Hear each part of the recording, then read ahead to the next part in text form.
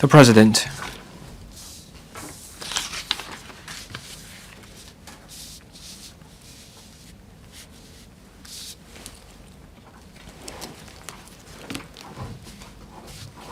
Questions. Question 1, Ms. Maggie Chan. Thank you, President. There are views that existing legislation has held back the development of Hong Kong's pet industry, and there is still substantial room for improvement in the pet-friendly policy of Hong Kong. In this connection, will the government inform this Council? 1. Given that in the reply to a question from a member of this Council on the 12th of June last year, the government said that it would look into the practices and experience in other places about bringing dogs onto food premises and consider reviewing the existing legislation of the progress and details of the work, including whether it will establish a licensing regime for pet-friendly food premises and devise supporting insurance options, open outdoor dining areas to pets on a trial basis, and implement a tiered access system based on the size of food premises, indoor and outdoor space, or types of dog. 2. As it is learned that the government is studying the introduction of ISO microchips for pets, of the progress and details of the relevant work, and 3. Whether it has studied the idea of including other mainland cities in the Guangdong, Hong Kong, Macau, Greater Bay Area in Group 3A countries or places for the quarantine-related arrangements for cats and dogs, and shortening the quarantine period for cats and dogs imported from this group of countries and places to less than 30 days, as well as assessed the technical barriers and risks involved, if so of the details and progress, if not the reasons for that. Secretary for Environment and Ecology, the Undersecretary rather.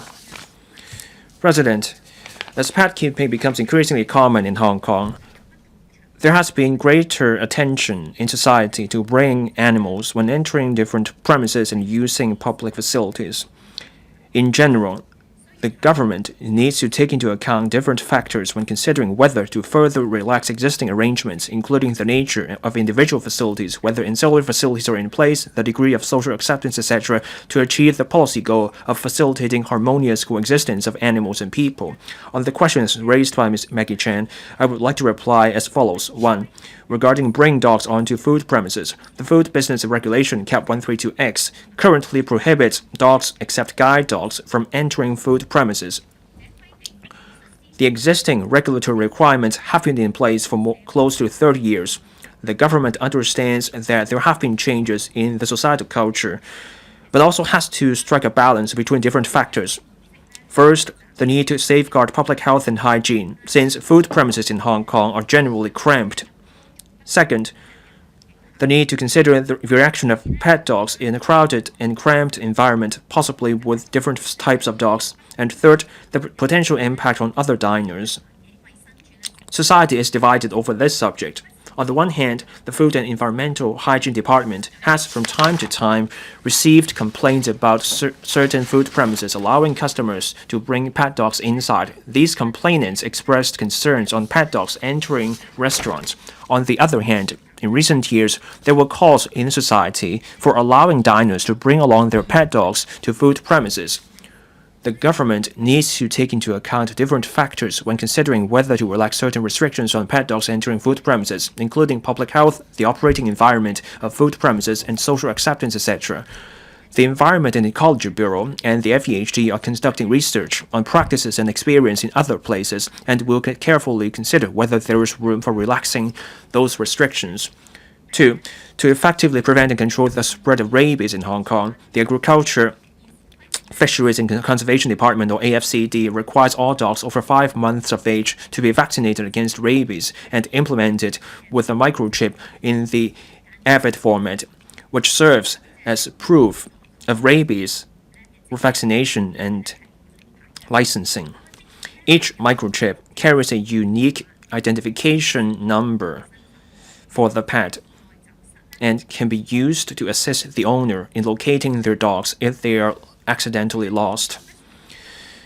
Considering the widespread use of ISO microchips in many other countries and regions, to further facilitate the movement of dogs into and out of Hong Kong, the AFCD has completed a feasibility study and proposed introducing ISO microchips on top of the existing AVID microchips. The AFCD has consulted stakeholders, including licensed animal traders, animal welfare organizations, pet transport agents, veterinary clinics, and animal-related organizations on the proposal. The trade is generally supportive. The government expects to consult the relevant Legislative Council panel on the proposal in the second quarter of this year. If the proposal has the panel's support, the government will introduce the proposed amendments to the relevant subsidiary legislation into LegCo in due course. 3. On the quarantine arrangement for importing cats and dogs, the AFCD currently regulates the import of live animals through a permit system and controls the import of cats and dogs under the Public Health Animals and Birds Regulations Cap 139A and the Rabies Regulation Cap 421A. The aim is to prevent the transmission of animal diseases, including rabies, including Hong Kong, and that's also to protect public health. The AFCD classifies places into different groups based on the risk levels of rabies with reference to information on the surveillance of animal diseases from the World Organization for Animal Health. Group 1 includes rabies-free places, meaning where rabies has been absent for a long time. Group 2 includes places where rabies cases are few and under effective control. Since Groups 1 and 2 places are considered at lower risk of rabies, cats and dogs imported from these places are exempted from quarantine upon meeting relevant requirements such as providing an animal health certificate, residence certificate, anti-rabies vaccination certificate, etc. Group 3A includes places that do not meet the requirements of Group 2 but have satisfactory regulation of veterinary services and official controls on health certification. Group 3B includes places where rabies cases are reported and not under effective control. In general, places that do not meet the requirements of Group 1, 2, or 3A, or the situations cannot be determined, will fall under Group 3B. Since the incubation period of rabies can be up to several months, to prevent the transmission of rabies into Hong Kong, the AFCD requires a quarantine period of no less than 120 days for cats and dogs imported from Group 3B places. Group 3A was introduced in December 2024 to help animal owners to bring their pets and dogs to Hong Kong. The quarantine period for cats and dogs from those places will be significantly shortened from the current 120 days to 30 days upon their arrival in Hong Kong, provided that they meet the relevant quarantine requirements, including vaccination against rabies, a satisfactory rabies neutralizing antibody titer test, and an animal health certificate issued or endorsed by a government veterinary officer of the place of export. The AFCD has proactively contacted some Group 3B places which do not meet the requirements of Group 2 but have satisfactory regulation of veterinary services and official controls on health certification to discuss the relevant quarantine arrangements and, upon reaching an agreement, to include them in Group 3A to shorten the quarantine period for cats and dogs upon arrival in Hong Kong. Among Group 3A places, the Macau Special Administrative Region implemented the new arrangement in December last year. On extending the new arrangement to other cities of the Greater Bay Area, the AFCD is actively discussing the details of the arrangement with the relevant mainland authorities to implement the new arrangement as soon as possible. The current arrangement of a 30-day quarantine for Group 3A places is devised with reference to the risk assessment conducted by an expert consultant in light of the actual situation in Hong Kong.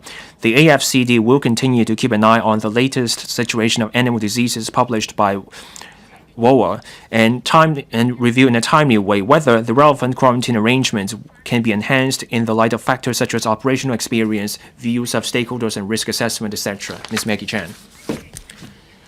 I thank the government for the positive response. Our pet-friendly policy should be elevated to the level of developing a pet economy. So we look at the possibility of a pet-friendly blueprint based on overseas experience. Let's look at our infrastructure, public space, and catering premises. Can we have a cross-departmental system. Say, can we do a pet-friendly restaurant certification system to look after the rights of pet owners and also protect public health? That way we can also foster a pet economy. That way we can diversify our economy, and there will be more people spending money in the city. Secretary.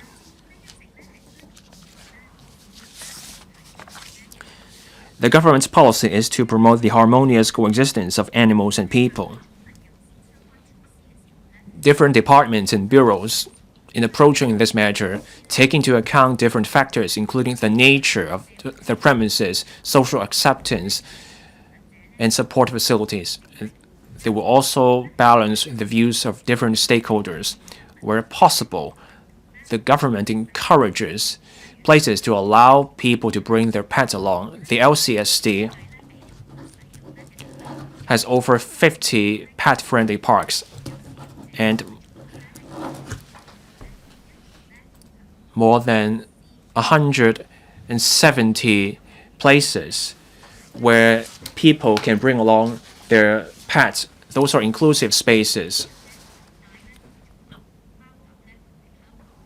And there are also arrangements to make it easier for people to bring in their pets. Now, some public transport operators, in fact, one in particular, or rather, when you look at ferries and taxis, those operators have the discretion to let pets in. On the 25th of March this year, the MTR Corporation also announced a 2-month pilot scheme. It's called the Cat Dog Carrying Trial Scheme, to be launched on light rail trains. And we have also updated members on allowing dogs onto food premises. And we will keep up with the work in the future. Thank you. Dr. Dennis Lam. From a think tank, we know that over the past few months, we found over 50 places with poisoned baits, and that's worrying. In January this year, I put in a written question about poisoned bait suspected for poisoning animals, and the types of poisons involved, the number of animal deaths. The reply I got was that the department did not maintain the stats or details. So will the government consider maintaining such data and making the data publicly available? Undersecretary. I thank Dr. Lam for his question. On cruelty to animals, we have been following up on the matter actively. On the figures, we note the members' view, and we will explore the feasibility of doing that with our colleagues. Ms. Chen Yutming. Thank you, President. By pet-friendly policy, we're talking about being friendly to pets, and that means offering more drugs to treat pets and making life easier for pet owners. It costs a lot to visit a pet clinic, take anti-inflammatory drugs. In the mainland, people can choose proprietary Chinese medicine, but in Hong Kong, you can only choose Western medicine, and that's very costly. Now, take cats as an example. Some vets said they could not treat a cat due to the lack of drugs, and people have to try to access drugs from outside Hong Kong just to treat their cat. Now, on using vet medicine from the mainland, and in terms of the offering of such drugs, and also in terms of reducing the fees of the drugs, will the government take action on this?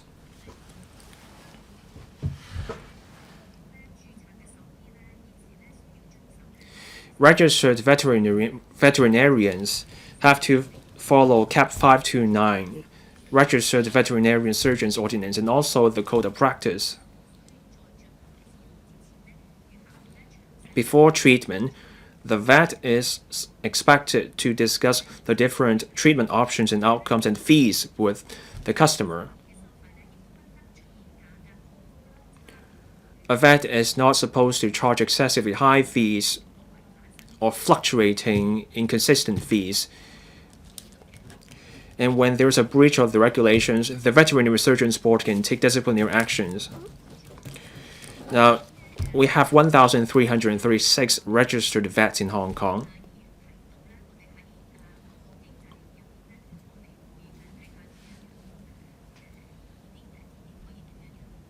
We will look into our mechanism to see how we can incorporate the members' views. Mr. Stanley Lee.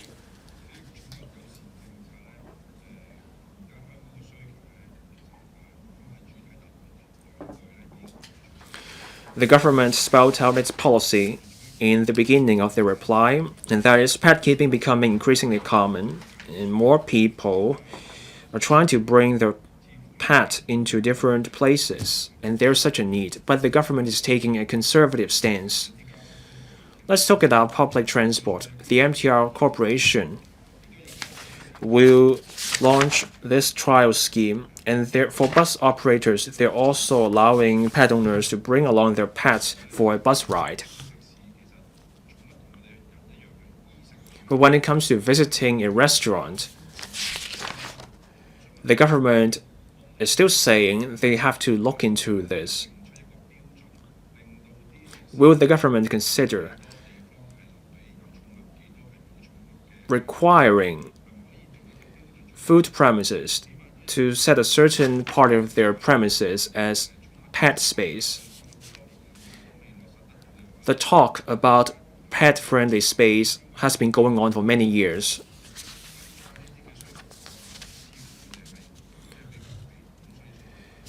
The main reply doesn't say much when it's simply saying keeping pets is becoming more common and there's greater demand for bringing pets into different places.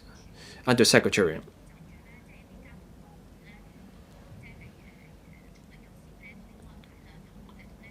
I have commented on the pet-friendly policies from transport operators. The member mentioned bringing dogs onto food premises. This is a complex subject.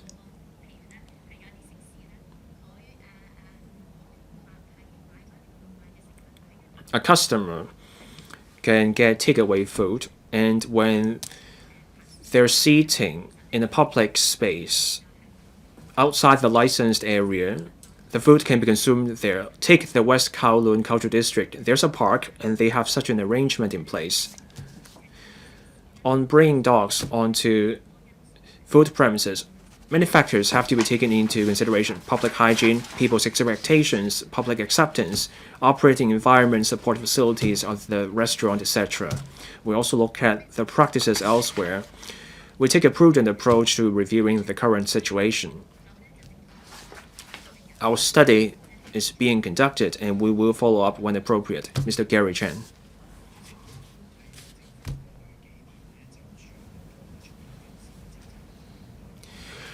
The government has done much on the pet-friendly policy, and that covers transport and more pet-friendly parks.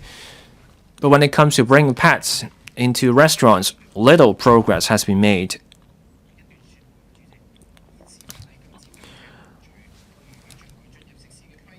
The law currently prohibits dogs, except guide dogs, from entering food premises. The current regulatory requirements have been in place for 30 years, but there's a need to strike a balance between various factors. This sentence came up twice today. On the 21st of February 2024, the same statements were made, and we were told that in 1 year's time, there would be the results for the review. And now we're still in the middle of the review. How much longer do we have to wait before we can see a trial arrangement for pets to be allowed into the outdoor seating area, or a license for restaurants, pet-friendly restaurants? Undersecretary. The member brought up the question and the reply on the 21st of February last year. There were subsequent questions on this subject, and we updated members on the progress. The community is divided over whether to let dogs into restaurants. People disagree over this matter. Social culture changes over time, and we have to bear in mind public hygiene and public safety. we will complete the review as soon as we can and then follow up as appropriate. Dr. Starry, I support the pet-friendly policy. I keep a dog myself. From my experience in district work, I've also learned that some people have concerns about letting dogs into restaurants or letting dogs on board public transport. I used to be afraid of dogs myself, but then I started keeping a dog. I realized the merit of a pet-friendly policy. So before we go ahead with this policy, can we do more on education? Policy is just one side of the equation. There are people who worry about dogs, they have their concerns. Can we double down on education? Who's in charge of the work? Can we do more? A pet-friendly policy should be more than just about opening more parks. This should be about driving a cultural shift, and that will require education, and I don't think we have done enough on that. Can I get a response on that? Undersecretary. We will step up publicity and education.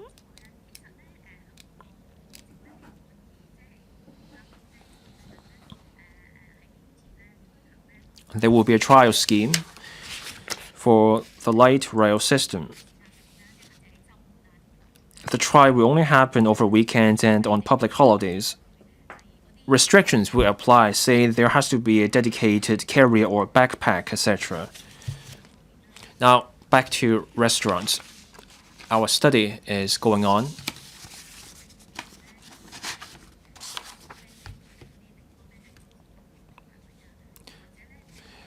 We will look at different factors such as the outdoor seating area or OSA of a restaurant and whether requirements should be laid down for the support facilities. Those will be covered by our study. Question number 2, Mr. Martin LIAO. In November last year, the Hong Kong government signed a free trade agreement with the Latin American country Peru and the Chanque port in Peru, an important project under the Belt and Road Initiative jointly invested by Chinese and Peruvian enterprises, has also been opened for use. Regarding the exploration of economic trade and investment opportunities between Hong Kong and Latin America, will the government inform this council, 1, whether it will provide Hong Kong businessmen with the latest market information, technical support and consultation services, etc., so as to assist them in expanding into the Latin American market, and if so, of the details, if not, the reasons for that. 2, how it will assist Hong Kong's professional services sectors in grasping the development opportunities of the emerging markets in Latin America. And 3, whether it will step up efforts to attract enterprises from Latin American countries to come to Hong Kong and make use of Hong Kong as the gateway to enter into the Greater Bay Area and even the entire market of China, so as to expand the business. If so, of the details, if not, the reasons for that. Secretary for Commerce and Economic Development. President, in response to the questions raised by Mr. Martin LIAO, I will give a consolidated reply as follows. The Hong Kong SAR government has been actively expanding the economic and trade network and exploring development opportunities in different markets, with particular emphasis on strengthening economic and trade ties with and market development in emerging markets and those of potential in recent years. In 2024, the total merchandise trade between Latin America and Hong Kong amounted to about $124.3 billion, representing an increase of 17% when compared with 2023. On services trade, the total trade between the two places amounted to about 7.8 billion Hong Kong dollars in 2023. That's an increase of about 24% when compared with 2022. With a good foundation of economic and trade connection the Hong Kong SAR government has built with Latin America, we will continue to foster closer economic and trade ties with the Latin American region, opening up more trade and investment opportunities for Hong Kong businesses. As part of our efforts in expanding the economic and trade network, the government strengthens economic cooperation with trading partners, assists Hong Kong enterprises in developing markets and securing better market access, and enhance protection of investors' overseas investments through forging free trade agreements, FTAs, and investment agreements, IAs. Hong Kong signed an FTA and an IA with Chile in 2012 and 2016 respectively, an IA with Mexico in 2020, and an FTA with Peru in 2024. In addition, Hong Kong is exploring with Peru the signing of an IA, which is also proactively seeking to forge FTAs and IAs with more trading partners in the Latin American region with a view to further promoting economic and trade relations between Hong Kong and our major trading partners in the Latin American region. Hong Kong and Chile have updated their commitments on trading services under the FTA in recent years. Chile has made commitments in over 50 new service sectors, encompassing priority service sectors in which Hong Kong has traditional strengths or has potential for priority development, such as professional and business services, technical testing and analysis services, convention services, distribution services, relevant Hong Kong services, as well as their providers, subject to specific exceptions or conditions, enjoy access to the Chilean market and treatment no less favorable than that for Chile's local service providers. The updated commitments, which entered into force in 2023, create more opportunities for relevant service providers and investors. In addition, Hong Kong and Peru signed an FTA in November 2024. Under the FTA, Hong Kong service providers in over 150 services sectors, including professional services, can enjoy legal certainty of better market access and national treatment when operating in Peru. We have been actively conducting a series of publicity and promotional activities, including holding and participating in seminar, reception, and exhibition, launching designated webpage, and issuing circulars and promotional leaflets to introduce the content, benefits, and implementation arrangements of the FTA and encourage Hong Kong's businesses to grasp the opportunities brought by this FTA. And through our FTA and investment agreement partners, including Peru, Chile, and Mexico, to expand their businesses in the Latin American markets. In the meantime, we've also conveyed the benefits brought by the FTA to Latin American companies by outreaching events to promote collaboration in trade and investment. For instance, Invest Hong Kong and Trade and Industry Department co-hosted a reception for the Ibero-American community on the 13th of March 2025, promoting further collaboration through, among other initiatives, trade and investment agreements. Besides, the Trade and Industry Department has been closely monitoring the trade development in the Latin American region, issuing circulars regarding the latest policies and measures concerned of the economies there, as well as publishing fact sheets on Hong Kong's commercial relationship with its major trading partners in the region for Hong Kong enterprises. The TID also established a hotline, email accounts, and web pages to facilitate Hong Kong enterprises in obtaining and inquiring about the information of trading partners in Latin America, including FTAs and IAs signed by Hong Kong, helping businesses understand and develop markets in the region. Meanwhile, the dedicated fund on branding, upgrading, and domestic sales, or BUD fund, provides funding support for enterprises to develop business in economies with which Hong Kong has entered FTAs and/or IAs. The geographical coverage of the BUD fund covers 40 economies, including Chile, Mexico, and Peru, to further support enterprises in exploring more diversified markets. To assist Hong Kong enterprises in tapping the markets of Latin America, the Hong Kong Trade Development Council, or Hong Kong TDC, has established consultant offices in Brazil's Sao Paulo, Chile's Santiago, and Mexico's Mexico City to support Hong Kong TDC's local trade promotion activities and business matching. The Hong Kong TDC will continue to leverage its consultant offices in Latin America to provide Hong Kong enterprises with information on the latest developments of Latin America and invite enterprises in Latin America to participate in Hong Kong's large-scale exhibitions and conferences in order to reinforce our role as a two-way global investment and business hub. As for Invest Hong Kong, through its teams based in Hong Kong, the 17 dedicated teams for attracting businesses and talents based in the mainland offices and the overseas ETOs of the government, as well as consultant offices in other locations, including those located in Latin America, namely Mexico City of Mexico, Rio de Janeiro of Brazil, Santiago of Chile, and Lima of Peru, It has all along been reaching out to a wider spectrum of companies in different sectors and industries around the world to attract and assist them to set up and expand their business in Hong Kong and offer one-stop customized support services from planning to implementation. Invest Hong Kong will continue to proactively provide overseas enterprises, including those from Latin America, with the latest information on Hong Kong's business environment and promote Hong Kong's distinctive advantages of enjoying strong support of our motherland and being closely connected to the world and other core strengths, as well as the immense opportunities brought by key national strategies such as the Greater Bay Area Development and the Belt and Road Initiative to leverage Hong Kong as a springboard to enter the mainland market so as to attract these enterprises to set up and expand their business in Hong Kong. For example, Invest Hong Kong plans to visit Medellin, Colombia, Lima, Peru, and Buenos Aires, Argentina in 2025 and co-organize investment promotion activities with local chambers of commerce to strengthen investment promotion work in Latin America. Dr. Martin LIAO, President. In the Policy Address 2024, the government proposes the establishment of an ecosystem for the trading of commodities. Now, in Latin America, mining business thrives with different outputs such as copper, nickel, silver, zinc, especially in terms of the mining of gold. It ranks the second, and the first. Latin America ranks first in terms of this output. Peru is also the largest importer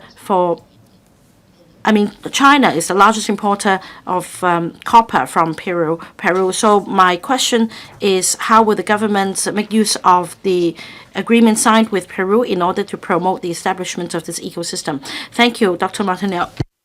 In relation to this issue, we are closely monitoring the situation, and at the moment, we also consider how Hong Kong can be used as a platform for their businesses to tap the mainland market, and we will make due announcements when there is progress. Mr. Kenneth Kwok. Thank you, President. As I understand, the Chinese community in Peru is the largest in the Latin American countries, and that's about 10% of the total population, around 3 million, in other words. That's a very huge market. Now, according to the main reply, over 150 services sector benefit from the FTAs. And as I understand, apart from traditional sectors, cultural and sports sectors also benefit from the FTAs. I think this is a very good opportunity. Now, in order to invest in the Latin American market, we also need to know more about the culture and the customs there. There should be deepened cooperation in terms of culture and sports. So my question for the administration is whether you will enhance collaboration and exchange with the Latin American countries on sports and culture so as to further promote the development of sports and culture as industries in Hong Kong. Thank you, President. Thank you, Mr. Kwok, for the questions. In fact, when I attended the APEC meeting in Peru, I also felt very strongly the presence of the Chinese community there. In the Chinese restaurant there is the dish of fried rice on the menu. And it's somewhat different from what we offer here, but still, we understand the significance of the Chinese community in their population. Now, after the FTA comes into force, the Invest Hong Kong, Hong Kong DDC, etc., will continue to promote our advantages. And on culture and sports, well, Latin American countries are well known for their strength in these areas. And I believe that this is something we can join hands with the Latin American countries. In order to enhance people-to-people bond under the Belt and Road country, it is important to foster cultural exchange. In fact, the Belt and Road Office also takes forward building people-to-people bonds on this matter. Mr. Chan Kim-po. Well, after the Peru-Tianhai facility was commissioned, the time for shipping has shortened from 35 days to 20 days, and the trade volume is envisaged to grow substantially. So my question is, how will the administration leverage on this opportunity in Tianhai Port to enhance trading, especially merchandise trade with Latin American countries? Secretary, thank you, member, for the question. In terms of Tianhai Port development, we also discussed the relevant matter with the Ministry of Commerce when I attended the APEC meeting. Now, on collaborating with the Tianhai Port, we need to conduct a further study. Now, on flights, at the moment, we do not have direct flights to Peru. So, in terms of aviation and maritime collaboration to support the logistics sector, well, under the FTAs and the IAs signed in order to promote bilateral trade, we will continue to conduct a study and we will make due announcements when there is progress. Mr. Ari Lee. President, I fully acknowledge the government's efforts in exploring new markets and connecting with the international markets. And now we are seeing results under the Belt and Road Initiative. And as suggested in the question, we should further explore the Latin American market in line with the country's Global South initiative. So my question is, as the government report also mentions deepening international exchange and collaboration, my question for the Secretary is, in terms of economic and trade opportunities in the Latin American market, will the government take a more proactive approach so as to meet our country's expectation? Secretary, thank you, member, for the question. Our Bureau has always strived to expand the economic and trade network. Apart from the traditional Western markets, in recent years, under the leadership of the Chief Executive, the government has paid visits to various countries, including the Middle East and ASEAN. I myself also conducted a duty visit to Eastern Europe. The Belt and Road Office likewise worked with the mainland counterparts and visited Kazakhstan, Xinjiang, and Hungary. Of course, we will continue to tap business opportunities. Now, about this FTA signed with Peru, it shows our commitment, and we also signed an IA investment agreement with Chile and Mexico. So this is the first step for us in tapping the Latin American market. With the FTAs and IAs coming into force, we can attract more Latin American companies to set up presence in Hong Kong. In fact, there are some 30 such companies. And in fact, our largest trading partner is Brazil and Mexico. And we also trade with Peru with a total trade volume of up to 6 billion Hong Kong dollars. Now, looking ahead, we will continue to explore opportunities and then take things step by step.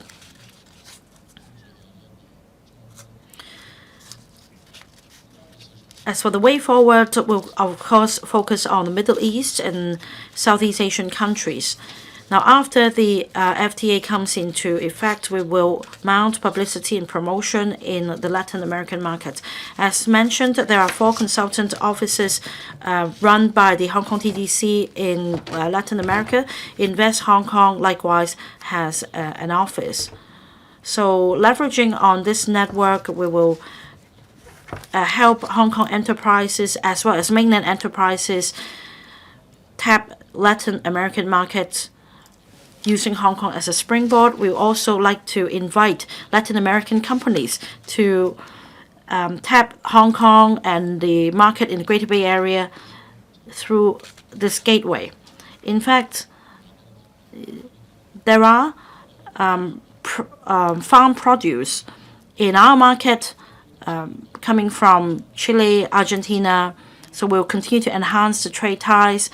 And we will, of course, continue to explore cooperation opportunities to expand the commodity trading system in Hong Kong. Mr. Jimmy, Latin American market is a major emerging market under the Belt and Road Initiative. It has huge potential. As I understand, there is presence of Hong Kong TDC and Invest Hong Kong's offices. However, will the government consider BPA's suggestion, and that is to further step up ties with the Latin American market? There should be a dedicated office so that Hong Kong enterprises could have better access to investment information in these countries. Secretary, thank you, member, for the question. As set out in my main reply, the Invest Hong Kong and Hong Kong TDC have both established consultant offices in these countries to help Hong Kong enterprises tap the Latin American market.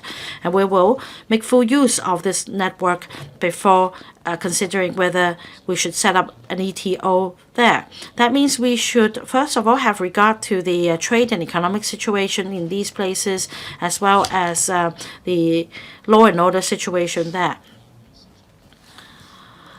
We will consider whether to set up an ETO in Latin America or set up an office that can oversee the Latin American market. We will keep this matter closely in view. Mr. Tony Chair. Expanding the economic and trade network, exploring investment and development opportunities in different markets. Well, of course, these must fall on the shoulder of the government. According to the Secretary's reply, the government has made a lot of efforts in tapping trade and economic opportunities and investment opportunities in Latin America, including the provision of information to investors.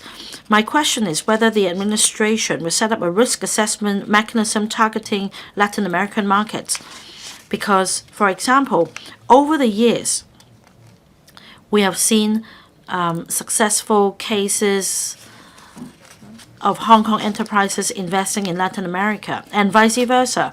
So there should be an analysis of these cases so as to give information to potential investors for reference. Thank you, member, for the question. I believe that upon receiving inquiry from an enterprise, the Invest Hong Kong and Hong Kong TDC will provide appropriate information for the enterprise's reference. Now, the member has made a very good suggestion. We'd also like to leverage on information collected by the consultant offices of the Hong Kong TDC and Invest Hong Kong so that gradually we can build up a database and help Hong Kong enterprises tap the Latin American market. We will follow up on this suggestion. Mr. Jeffrey Lam. Latin America definitely is an emerging market and we should explore the opportunities. Now, I've been to different countries in Latin America. They supply meat, vegetables, mining products, minerals. In fact, 60% of meat products in Hong Kong are imported from Brazil. And I understand that they mostly speak either Portuguese or Spanish. So there is a language barrier for potential investors and businessmen in Hong Kong. How will the Bureau help Hong Kong enterprises in tapping opportunities and address this issue? Not many SMEs could afford a translator. And I've been told by the businessmen over there that very often information is disseminated in English. However, they would prefer translation in the local languages so that they could better understand the actual situation in these countries. Secretary, thank you, member, for the question. As I said, consultant offices have been set up by the Hong Kong TDC and Invest Hong Kong. They also hire locals. If necessary, we can enlist the local staff as translators. Well, in fact, in Hong Kong, many people do learn Spanish, so this is not really a major concern for us. Invest Hong Kong and the Hong Kong TDC could provide suitable assistance. Question 3, Mr. KWOK Wai-keung. Thank you, President. It is learned that since 2021, there have been at least 4 cases of workers falling from wooden folding ladders, resulting in deaths or serious injuries, and some members of the public have relayed that some of the government's outsourced service contractors have not complied with the requirements set out in the Overview of Work at Height Safety issued by the Labour Department to provide their staff with working platforms that meet the safety standards for work above ground. In this connection, will the government inform this Council, 1. Whether it has stipulated in the outsourced service contracts that the contractors must strictly comply with the Code of Practice on Safety Management, including the provision of safe working equipment to staff, and the formulation of safety guidelines at work, if so, of the details, if not, the reasons for that. 2. Of the occupational safety and health statistics of the government's outsourced services, including the number of cases of occupational injuries, industrial accidents, and occupational diseases over the past 3 years, and the average number of days of sick leave taken by staff for work-related injuries, broken down in table from form by types of work and accidents, and 3. Of the number of inspections of the workplaces of outsourced staff carried out by the government over the past 3 years, and whether he has formulated an assessment indicator in this regard. If so, for the details, if not, the reasons for that. What measures in place to enhance the safety management standard of contractors to ensure the safety of their staff at work. Secretary for Financial Services and the Treasury. President, the government has all along attached great importance to the protection of the OSH or outsourced workers employed by the government service contractors, or GSCs. GSCs, as with other local employers, are regulated by OSH-regulated legislation, including the Occupational Safety and Health Ordinance, and its relevant subsidiary regulations, etc. The OSH Code stipulates that every employer must, so far as reasonably practicable, ensure the safety and health at work of all the employees. Having consulted the Labour and Welfare Bureau and the 4 major procuring departments, that is, the Food and Environmental Hygiene Department, Leisure and Cultural Services Department, Government Property Agency, and Housing Departments, our reply to the question raised by Mr. KWOK Wai-keung is as follows. 1. All GSCs must ensure that the OSH of their employees are duly safeguarded. When procuring outsourced services, government departments may, depending on the nature and scope of these services, stipulate in the contract terms the relevant OSH-related requirements that the GSCs must comply with. Such requirements may include the codes of practice or guidelines to be observed, the requirements for the contractors to provide their staff with adequate equipment and tools, and training. Departments may also request tenderers to submit management proposals in respect of OSH as necessary, which the successful tenderer must implement such proposals in the performance of the contract. For GSCs employing non-skilled workers, the government requires them to fulfill their OSH management responsibilities on various fronts. 1. Tenderers who have been convicted of a relevant offence under the OSHO and the Factories and Industrial Undertakings Ordinance, etc., will be debarred from bidding government service contracts for a maximum period of up to 5 years. In evaluating tenders for a service contract involving the employment of non-skilled workers, the department concerned will check whether any of the tenderers are subject to debarment. And 2.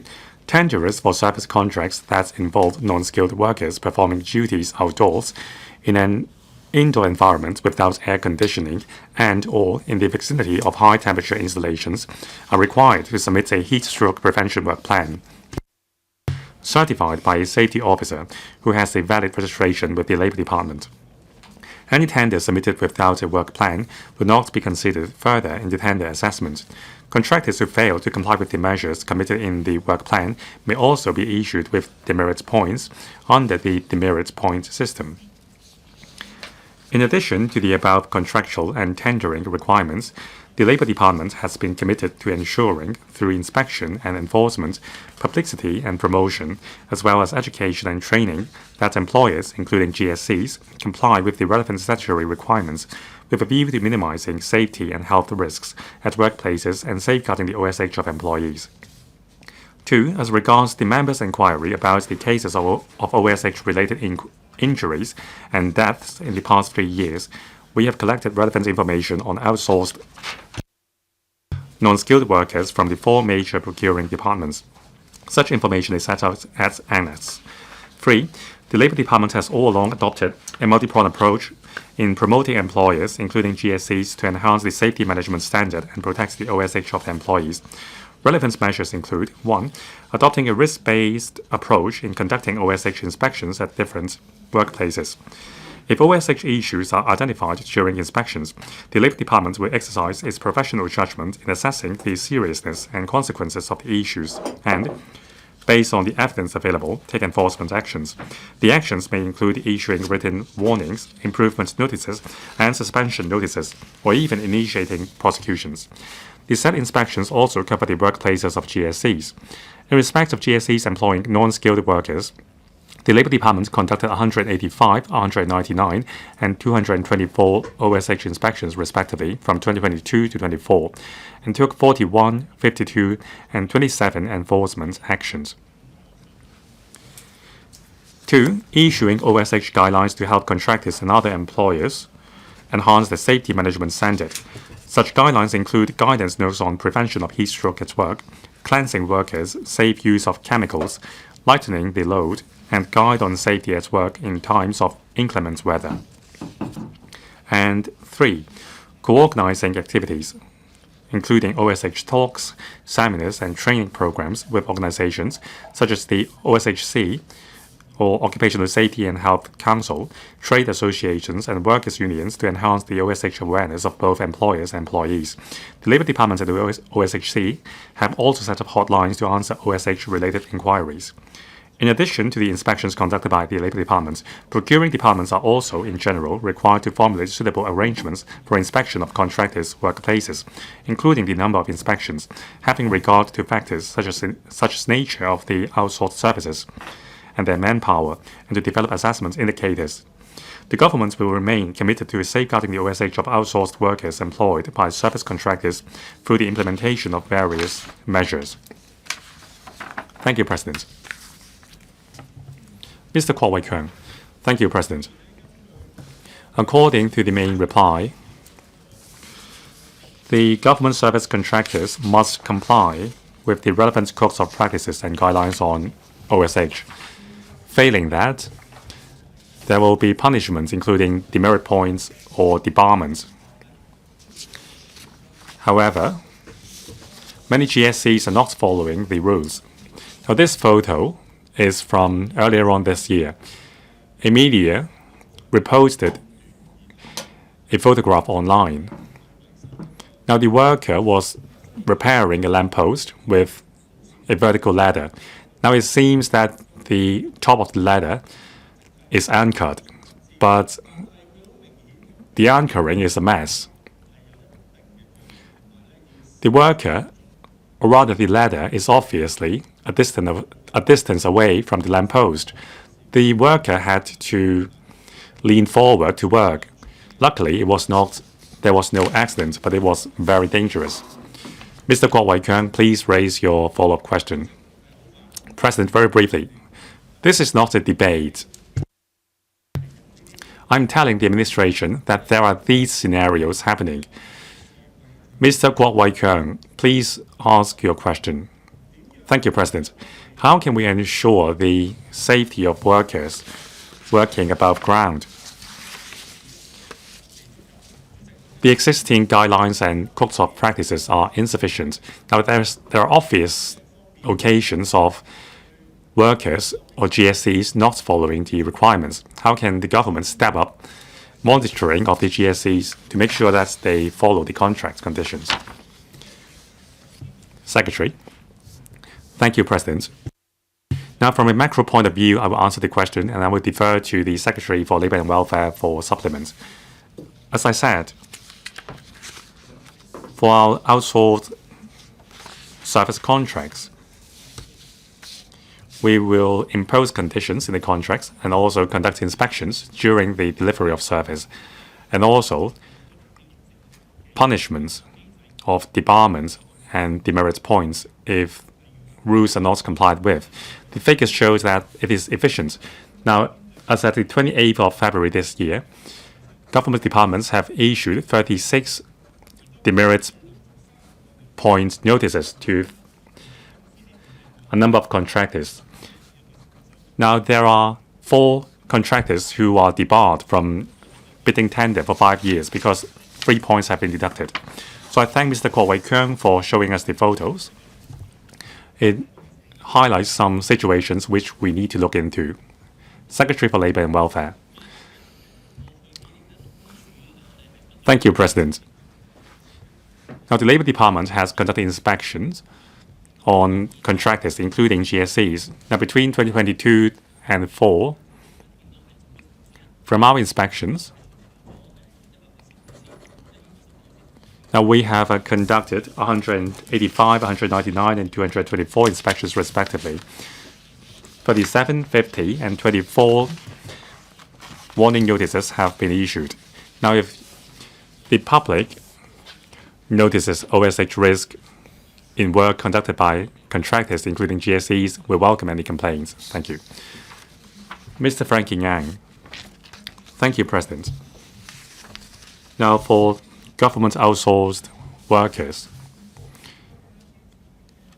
are GSEs required to adopt smart equipment like smart helmets to enhance safety? Secretary. Thank you, President.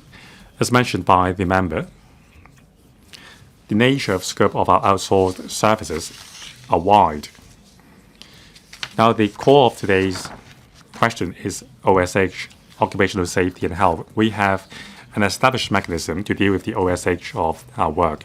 Now, in terms of technology, in conducting assessments and in procuring services, the elements of technology is very much welcomed. It will enhance the efficiency and quality of services. Now, in terms of case scenarios and elaboration, I will invite the Secretary for Labor and Welfare to brief members on scenarios where technologies are applied. Secretary. Thank you, President. There are a number of subsidy schemes to subsidize contractors to adopt technologies. For example,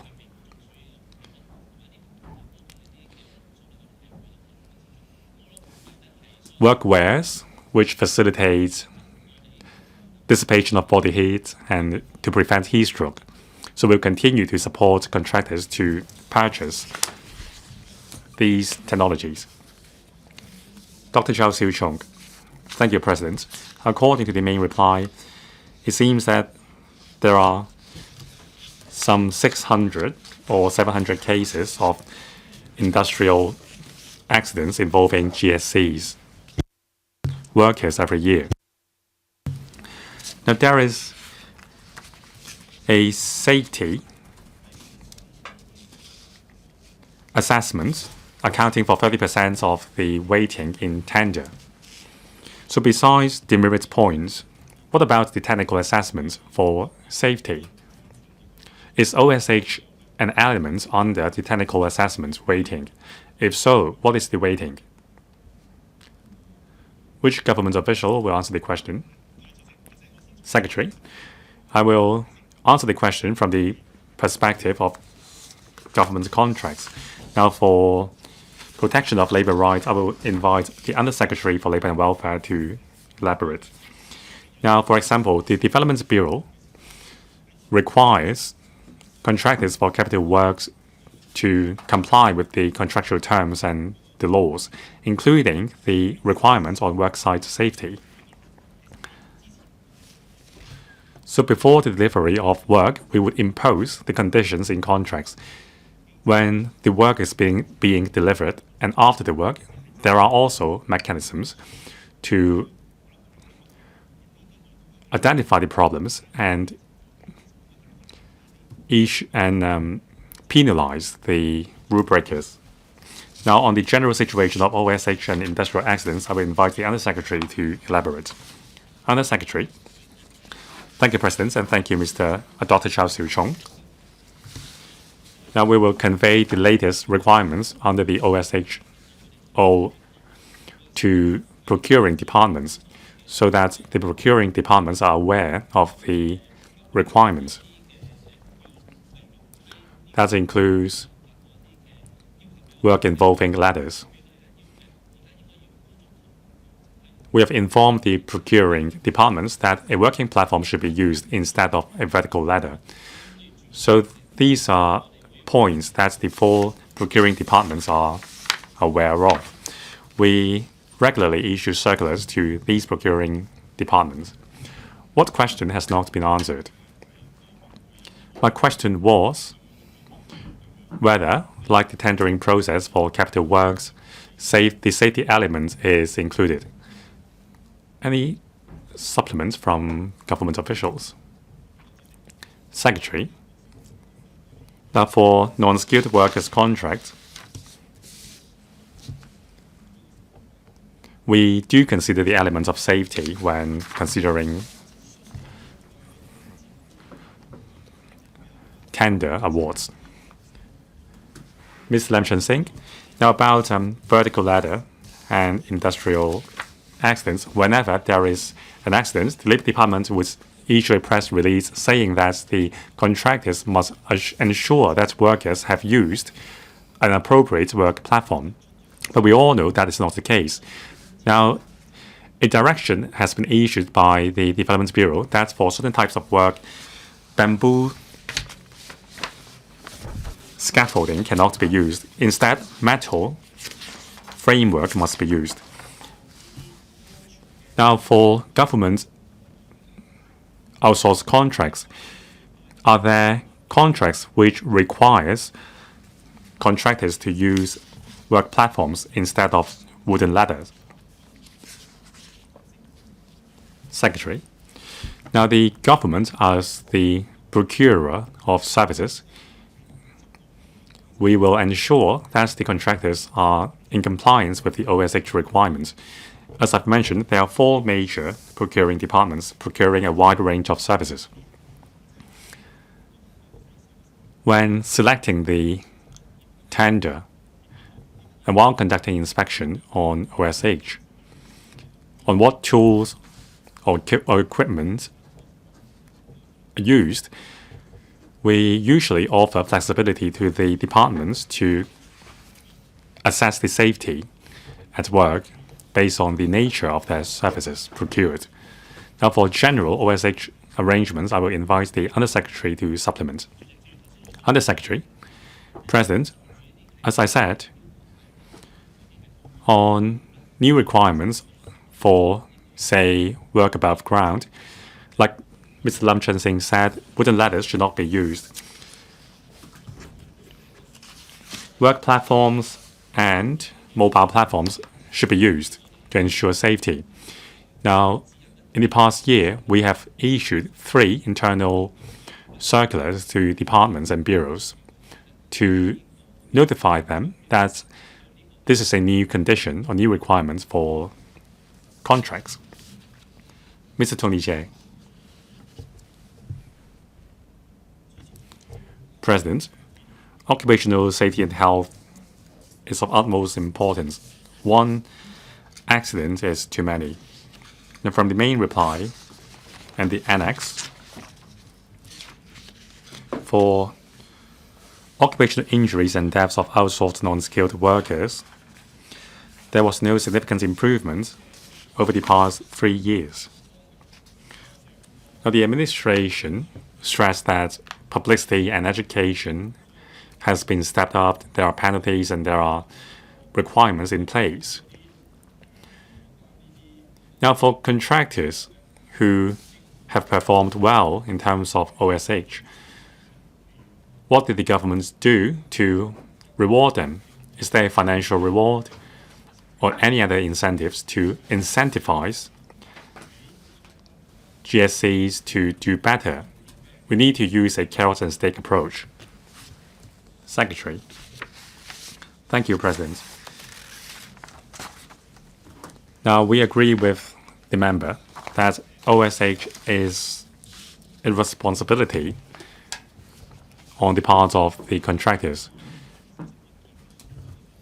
During the delivery of service, the contractors must safeguard the OSH of workers. There are also statutory requirements, and that's the bottom line.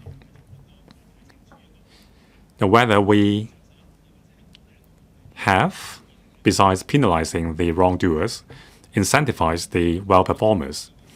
Now, maybe the LWB can supplement on this. We do have a number of measures to send a positive message to the trade. Now, we need the collaboration from the contractors, the workers themselves, and government departments to create a safe environment for workers.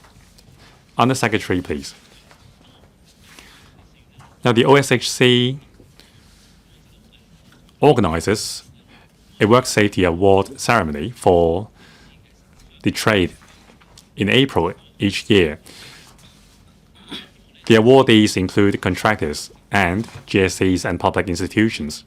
Now, running on this opportunity, the stakeholders will be encouraged to enhance work safety.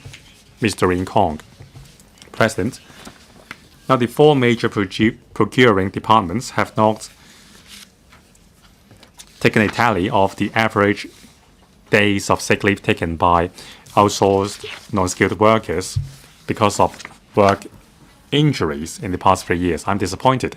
Now, will the government enhance the mechanism to require the contractors to provide information on days of sick leaves taken because of work incidents to enhance work safety? Secretary. Thank you, President. As mentioned in our main reply and the annex, these are the types and cases of injuries and deaths over the past 3 years. Concerning the days of sick leave taken after the incidents occurred, we will follow it up with the four procuring departments. Thank you. Question 4, Professor LAU Chi-pang. Thank you, President. It has been reported that the director of the film Naja 2 chose to give up on a career in pharmacy in order to pursue his passion for animation production, ultimately achieving remarkable success.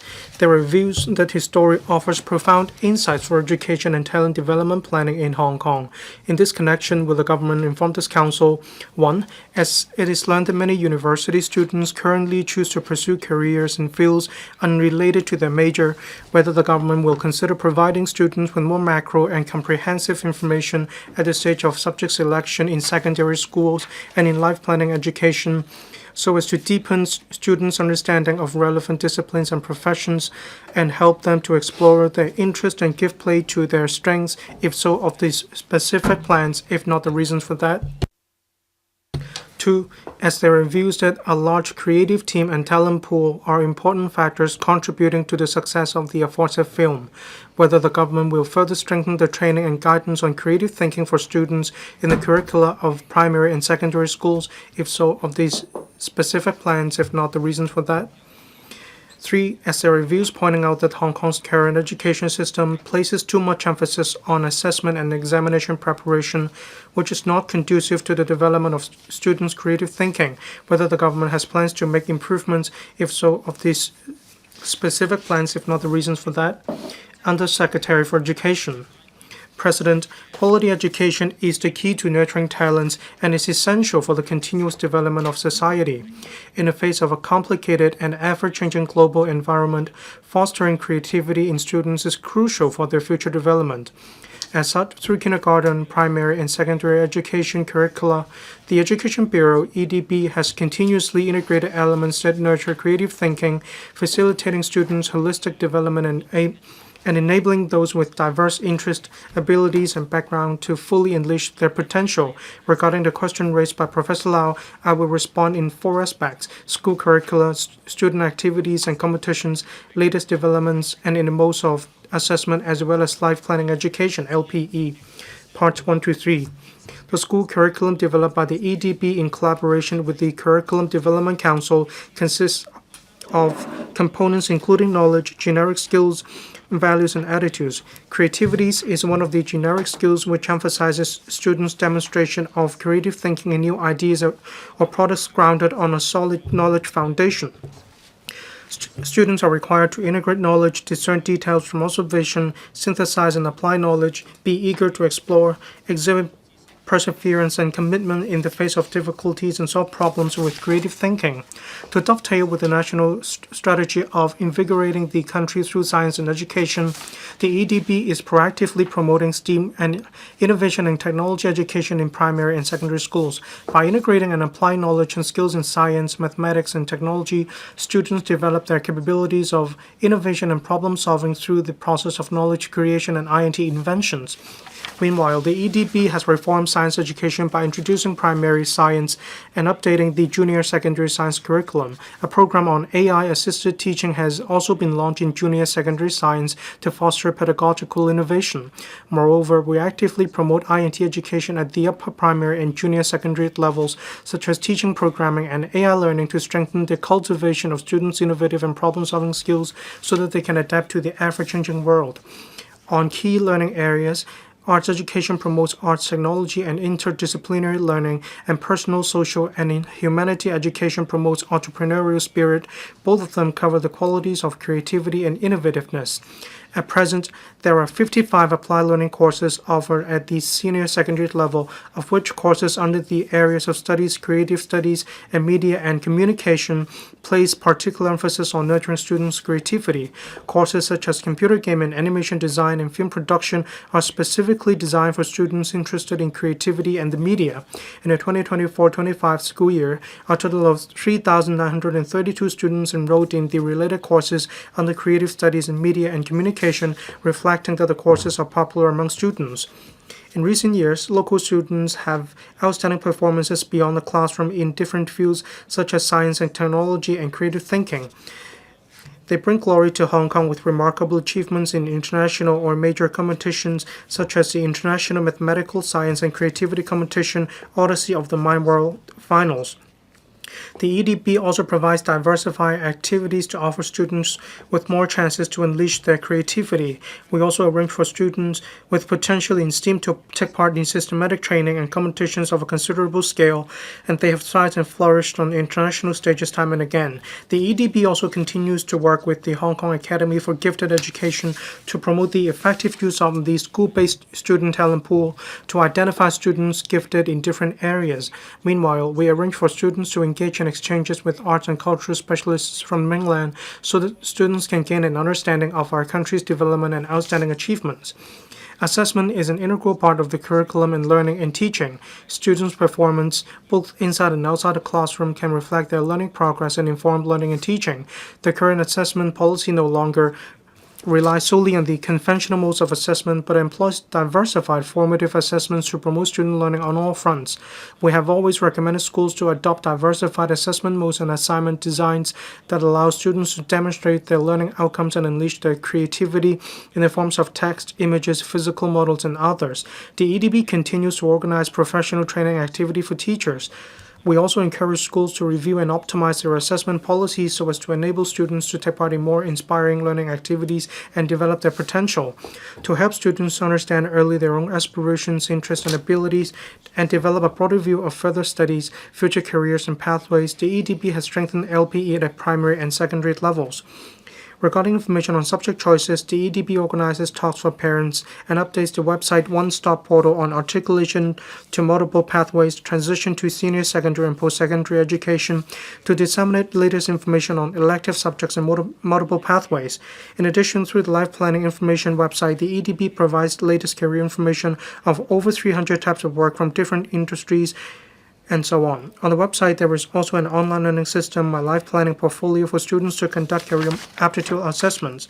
We also implement the Business School Partnership Program, BSPP, in collaboration with different business corporations, government departments. Through the non-traditional learning platform provided by BSPP partners, students have been provided with diversified career exploration activities.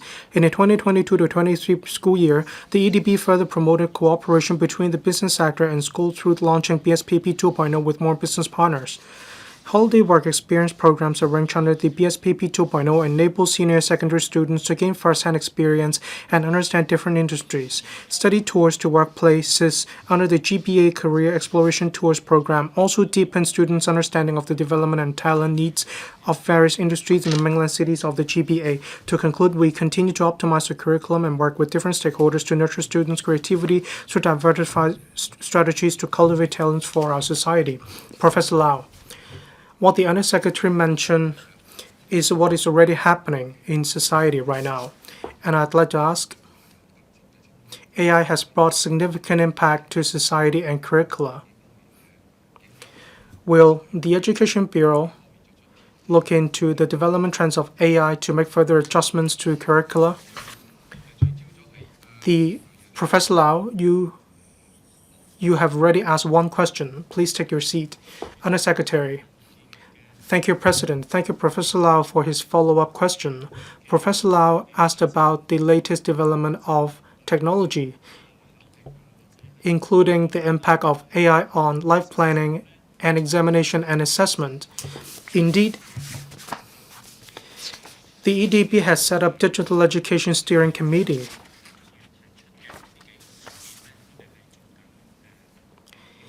We're working on different fronts. The committee has 4 main areas of work, including improving digital skills and digital literacy, including AI. AI is one of the digital tools. We also enhance teacher training. We improve digital infrastructure for schools. And we also work with different stakeholders in the INT sector, post-secondary educational institutions, to facilitate collaboration to promote digital education. In my reply, I mentioned that we are reforming science education, and we will launch AI-assisted teaching through the Quality Education Fund. Among the 22 projects, they will be launched in the middle of this year. In late June to early July, we will be launching the Digital Education Work for the first time. Apart from Learning and Teaching Expo, between the 4th of July and the 7th of July, there will be an AI Global Summit. It will be held in Hong Kong. Through a range of activities,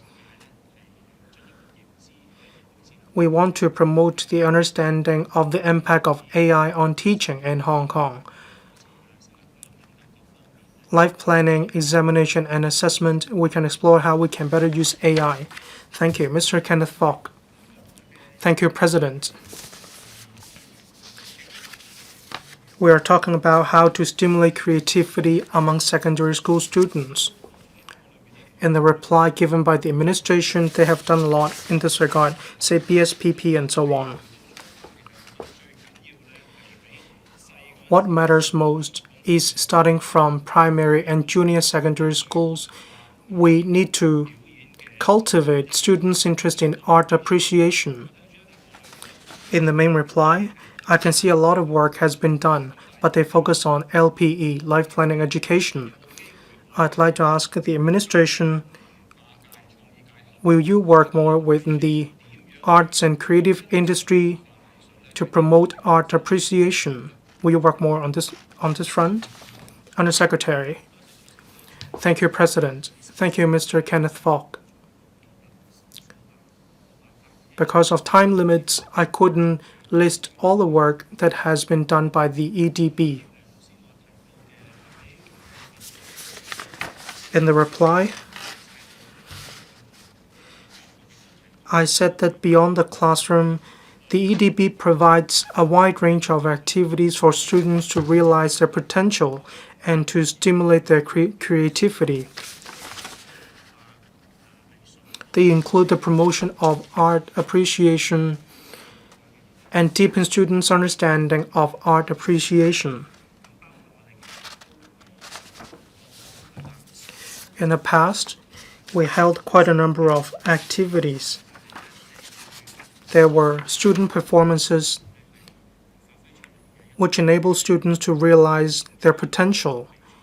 There were also music production competitions. Say in the subject of visual arts, in the assessment, we adopt a diversified assessment mode. We encourage students to create a visual journal, work collections, and so on. In the assessment of the music subject, we require students to watch a performance. Say students go to a musical. Afterwards, they write a report on the musical.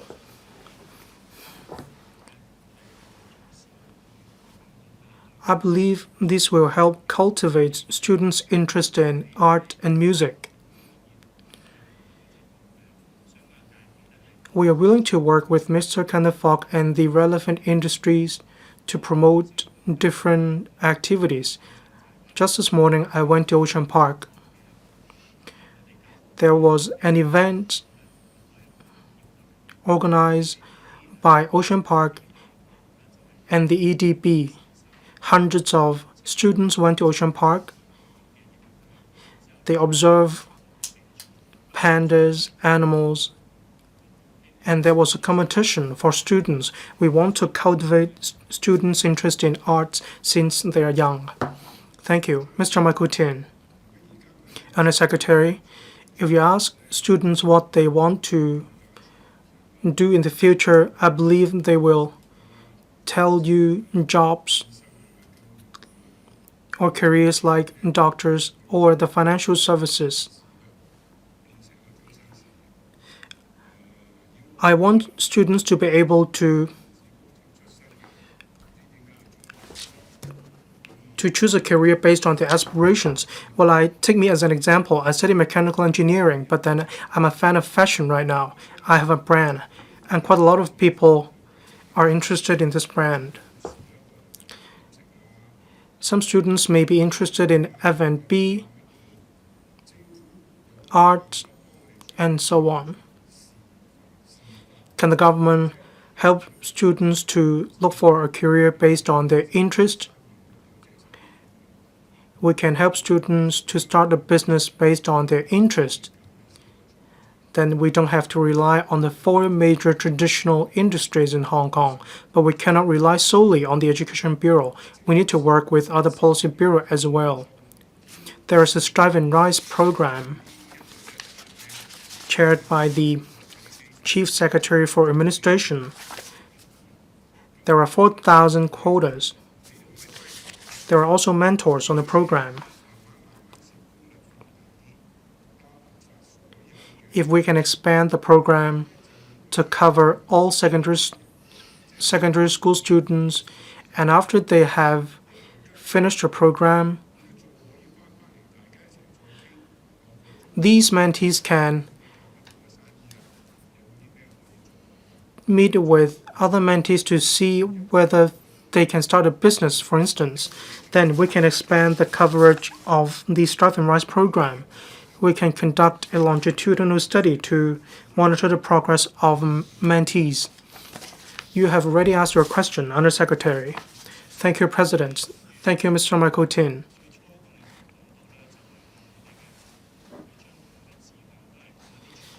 Mr. Michael Tin mentioned students' aspirations are about the major industries in Hong Kong, but actually nowadays students' interests aren't just about the major industries in Hong Kong. We have programs to train anchors, for instance, for students. Then they can join the media industry upon graduation. They can accumulate experience with campus TV program, for instance.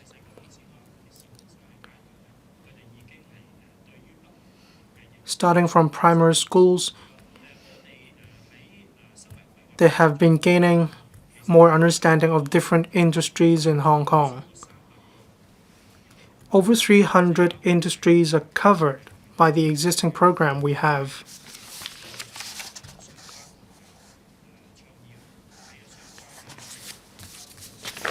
Director, stage design, illustrator, and so on. These are under Creative Studies in Media and Communication. Mr. Makutin mentioned the Strive and Rise program. It is indeed a very good program. In the panel on education 2 days ago, we discussed life planning education, LPE. A member suggested promoting the Alumni Association and the PTA.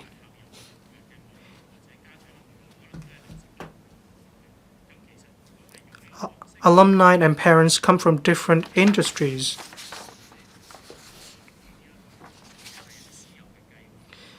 We can provide more opportunities for students through the Strive and Rise program and similar programs that we could provide with the network of alumni and the PTAs. Member mentioned drawing reference from the Strive and Rise program. Thank you. Professor William Wong. Thank you, President. The GBA is an international INT center. We are part of the GBA. In INT life planning, we need to encourage students to learn more about the GBA. To fare well in this regard, we rely much on teachers. They need to have a good understanding of GBA developments. Do we have any measures to help teachers to learn more about the INT sector in the GBA? Undersecretary. Thank you, President. Thank you, Professor Wong. This is indeed a very good suggestion. We can enhance teacher training when it comes to LPE. And we also have the GBA Career Exploration Tours program. Through different tours, we incorporate the elements of life planning education into these tours and activities. We want to enhance teacher training on AI. In an activity that was started yesterday, we adopt a method of learning and seminars, and we invited the Digital Policy Office from the government as well as logical representatives and even mainland professionals in INT. These professionals will come to Hong Kong to hold seminars. Afterwards, at the end of June, teachers will join a tour and they will go to different cities in the GBA. We have prepared some activities for teachers to visit INT major companies in the GBA. Dr. So Chang-Wang. Thank you, President. World Economic Forum and studies have pointed out, owing to the development of AI in the coming 5 years, the skills required in the workplace will see changes of 70%. In 2027, the global employment market will see an additional 69 million new jobs. At the same time, 83 million jobs will be weeded out. Does the government have any plans to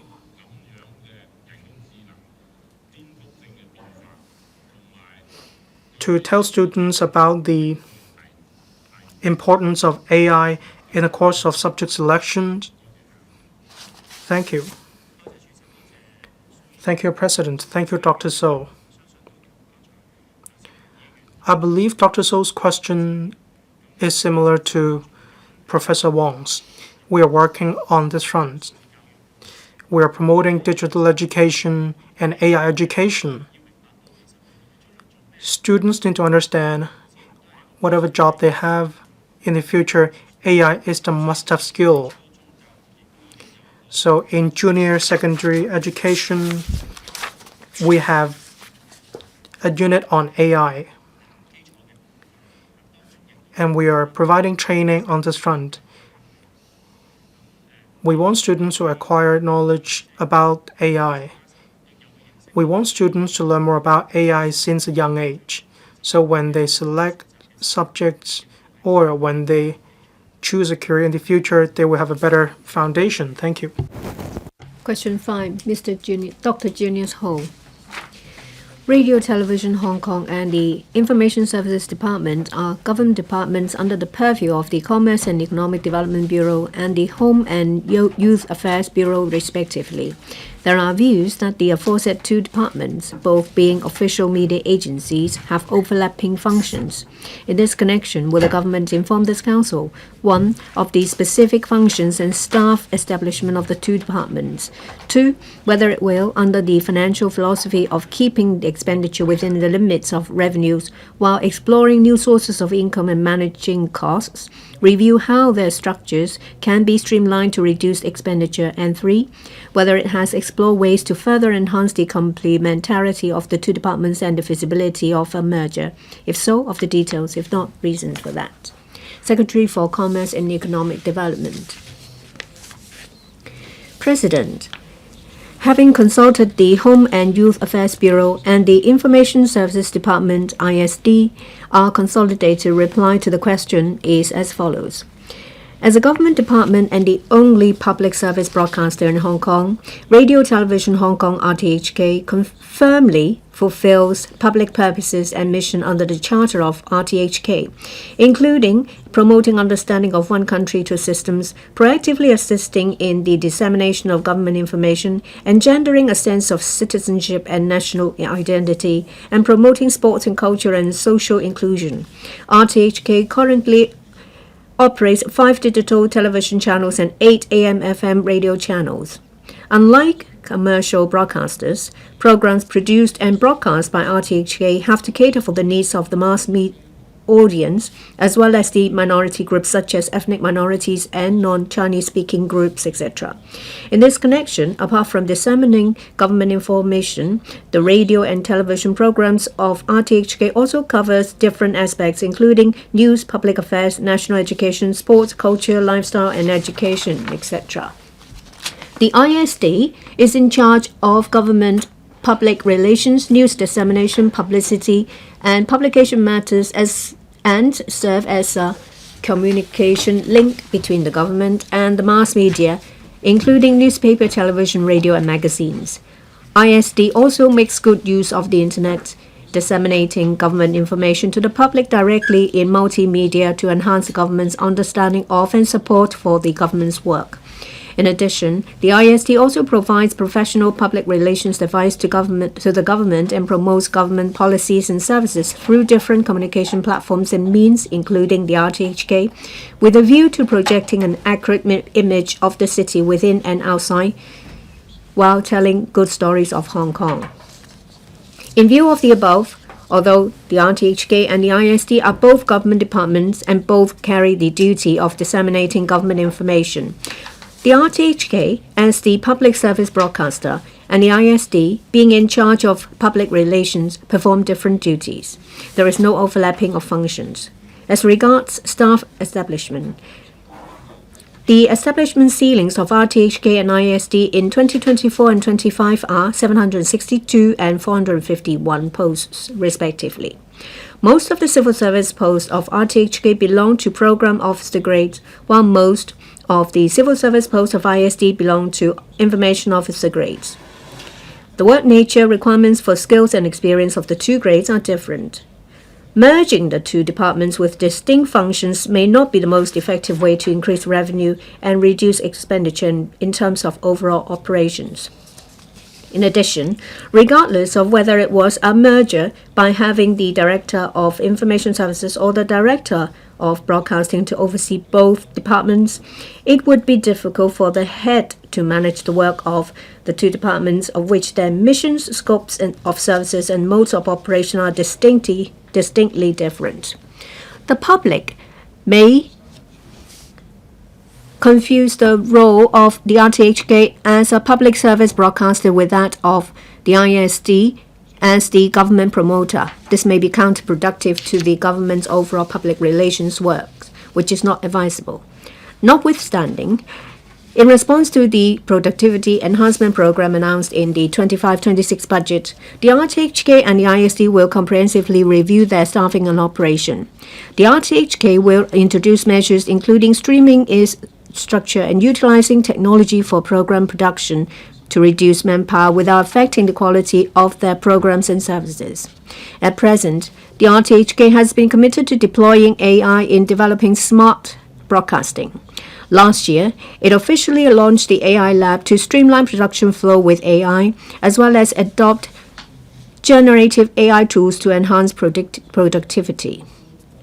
This will improve program quality as well as cost effectiveness in the use of manpower. Besides, the ISD will continue to make effective use of existing government platforms while keeping in view market developments and global trends to step up work in policy promotion and information dissemination. The ISD will also closely monitor the implementation of programs under its purview and review their effectiveness regularly to make more flexible and effective use of resources. The roles of RTHK and ISD may be different. We agree that the two departments can cooperate with each other and leverage their strengths for more effective promotion of policies and dissemination of information. To this end, both departments will continue to strengthen collaboration. For instance, the ISD is actively planning to work with the RTHK on program production under the theme of commemorating the 80th anniversary of victory in the War of Resistance to promote patriotism through effective storytelling. The RTHK can leverage on ISD's strength in running a wide range of platforms to make use of these platforms to enhance the reach of its programs. This creates a synergy in the joint efforts to tell good stories of Hong Kong and our country. Meanwhile, the RTHK will continue to solidify its role as the public service broadcaster, including strengthening partnership with different broadcasters in the mainland and other regions, continuing to produce different types of programs on various themes in order to provide diversified radio and television program choices for the public. Dr. Ho, I thank the Secretary for giving us the explanation. There's one thing that he said very right. One is the Director for Broadcasting, the other one is a Director for Information Services. According to your answer, they are different. But the fact is, one focuses on software more while the other focuses on hardware more. You said that it may be considered and it should be actively explored to see if they can be merged. Anyway, there is the Charter of the RTHK in Chapter D, F, G of the 10 chapters. You can explore expanding their scope of service for a future merger. It will make things a lot more effective.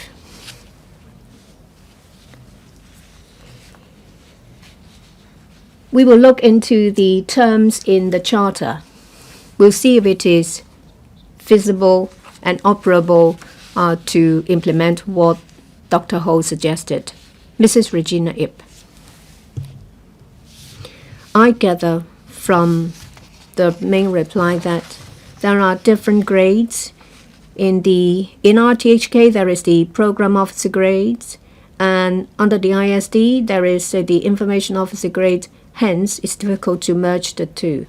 But in different departments, say the LCSD, there are different grades. They work alongside each other without any problems. The most important thing is that they have a shared goal, whether it is the issue of press release, production of programs, making use of new media. The goal is to promote Hong Kong.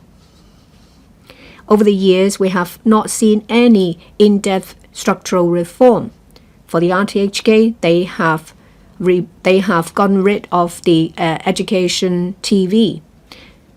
For the ISD, they explore cooperation with other places and improved connectivity. How come that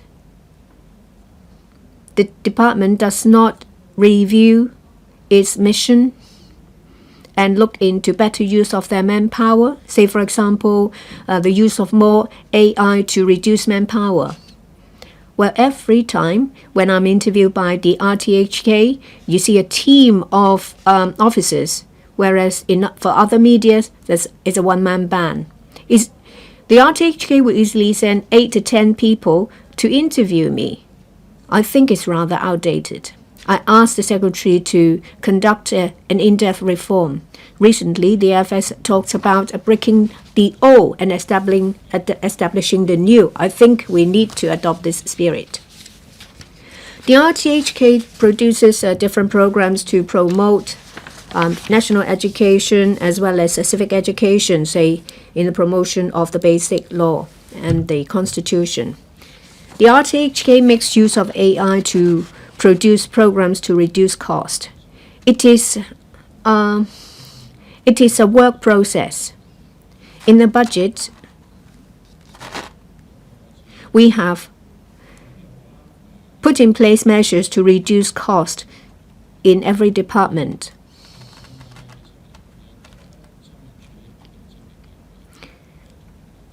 We work and support the work of the ISD to make our work more effectively. We will actively consider the proposal.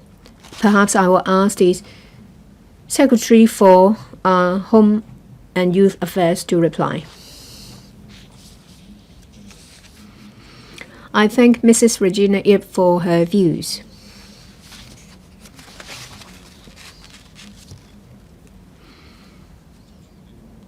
Since this term of government has taken office, the ISD has been actively promoting the work of the government in and outside the city.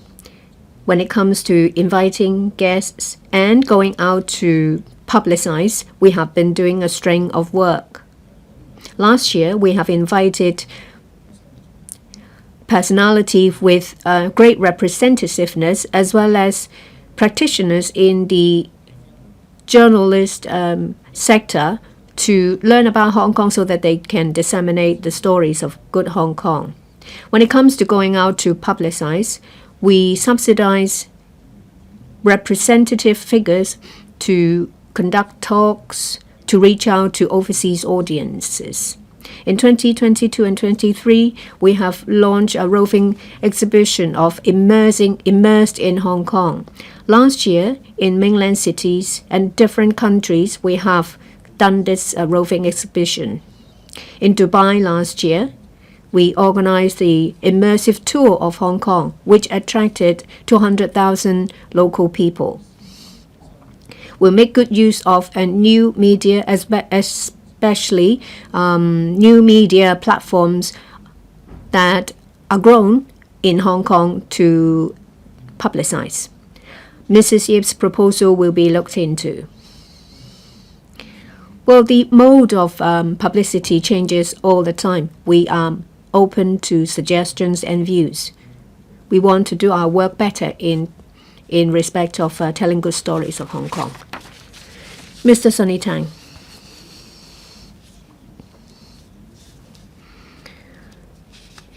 I do agree that we need to look into the development of RTHK. Well, in the two sessions, it's clearly stated that we need to strongly promote Hong Kong's role as a connector with the rest of the world.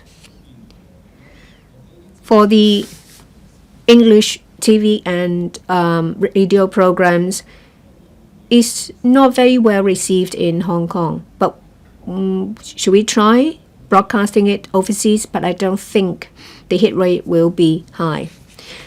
However, I think that it is a good entry point to make use of our English TV and radio programs to tell good stories of Hong Kong. So I would like to see if, there is any development direction in this regard, that is, with the use of English programs. The RTHK caters to the needs of expatriates in Hong Kong. For Radio 3, it's a round-the-clock broadcast of English programs. Radio 4 broadcast arts information as well as classical music in Chinese and English. Since May 2023, TV 32 from Monday to Friday broadcast a 1-hour English program from 9:30 to 10:30 on different themes. TV 32 since July 23, round the clock broadcast in the English channel of CGTN.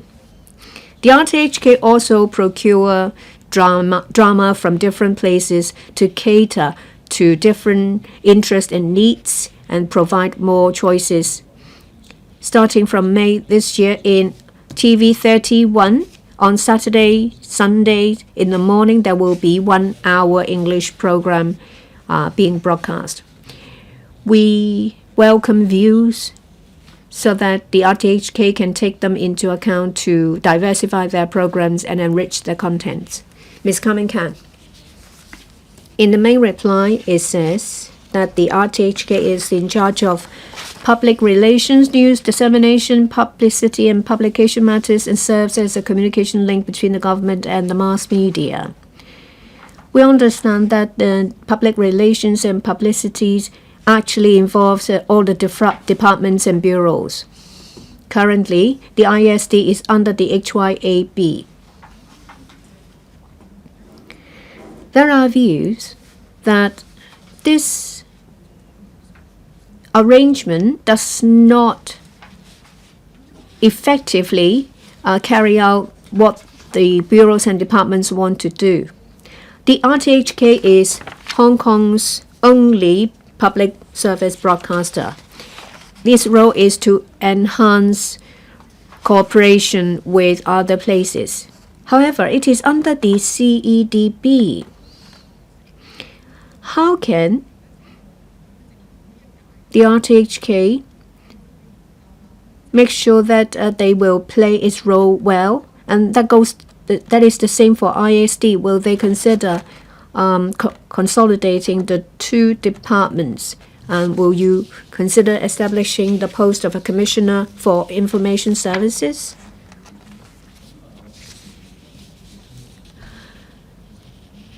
Undersecretary for HYA, I will first answer the part in relation to the ISD. The ISD of this government is actively considering how to tell good stories of Hong Kong better. In particular, the different good stories of different departments and bureaus of the government. We actively make use of traditional media and new ones to enhance our publicity. We make use of different channels to disseminate information. And when we encounter distortion of facts, we will immediately rebut and straighten the record.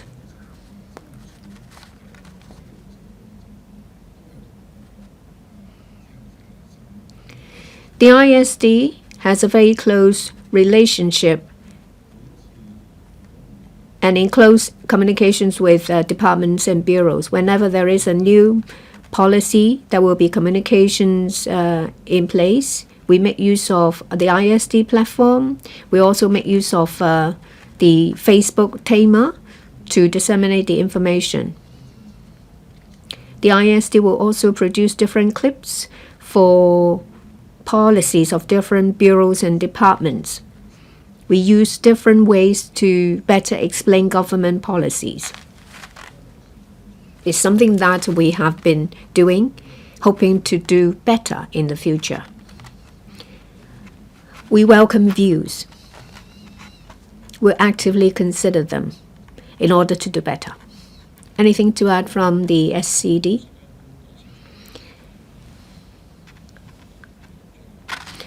Well, it is stated clearly the public purpose and mission in the Charter.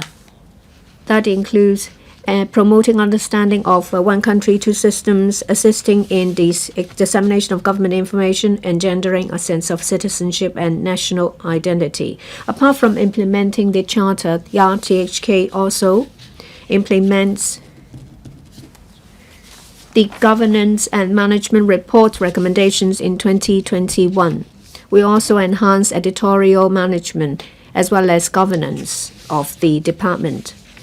RTHK is a government department and a public service broadcaster. It is a platform for the public to air their views. They also produce programs to explain government policies and conduct objective analysis of the development of Hong Kong. Currently, they produce different programs on current affairs, say for example, Millennium and a number of well-known programs. And in TV 31 in April in this month, the 4 times there will be a 5-minute program that focus on government policies, garnering public support. The two departments are working actively together on the dissemination of government information and public relations. Reverend Peter Kuhn. The RTHK is under the purview of the CDB. There are 8 directorate programs, whereas the ISD under the HYAB has 12 directorate posts. Basically, the two departments engages in publicity and broadcasting. Is it possible for the two departments to fall under one bureau in order? And in addition, is it possible to reduce the number of directorate posts? I thank the member for his views. We will look into it. We'll report it to the chief executive. We'll see if there is room for amalgamation or room for better cooperation. Last question seeking an oral reply, Mr. LUK Chung-hung. It has been reported that obsessive use of mobile phones by infants and young children will bring them such harms as social deprivation, sleep deprivation, attention fragmentation, and addiction, which are detrimental to the development of their physical movement, fine motor, language, cognitive and social skills. Earlier on, legislation was enacted in Australia to prohibit the use of social media platforms by children and adolescents under the age of 16. The guidelines trial on early childhood development services issued by the National Health Commission has also pointed out that infants and young children aged 0 to 3 should not be exposed to any form of products with display screens. In this connection, will the government inform this council?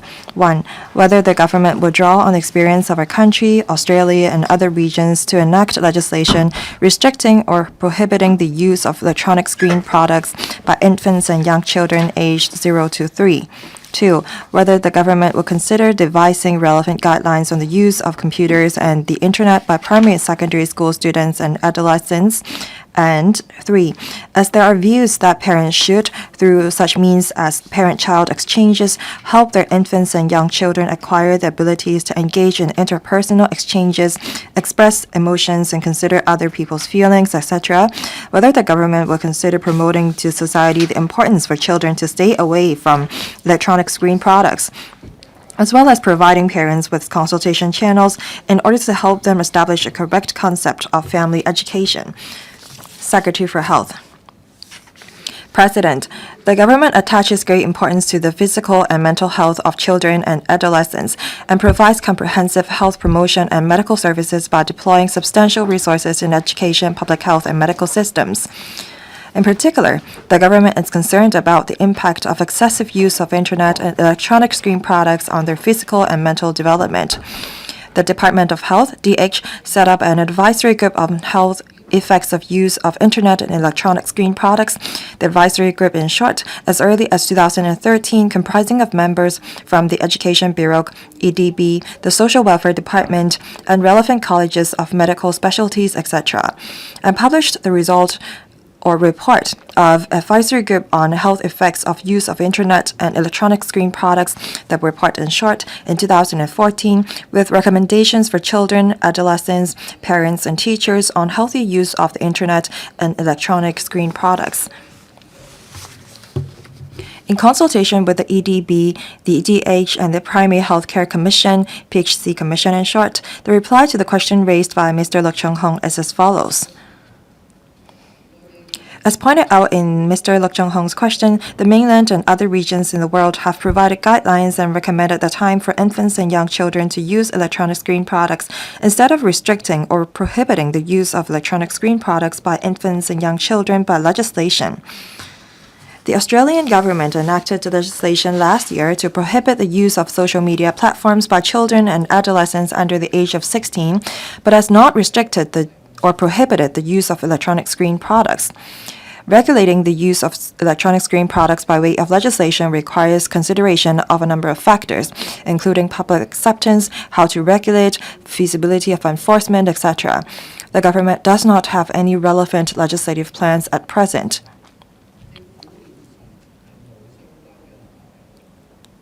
With reference to international guidelines, the DH updated the relevant health advice in 2018 and suggested that infants and young children aged below 2 should avoid exposure to electronic screen products except for interactive video chat under parents' guidance, and that children aged between 2 and 5 should limit their daily screen time to within 1 hour, and that such screen activities should be interactive and educative and should be carried out under the guidance of parents.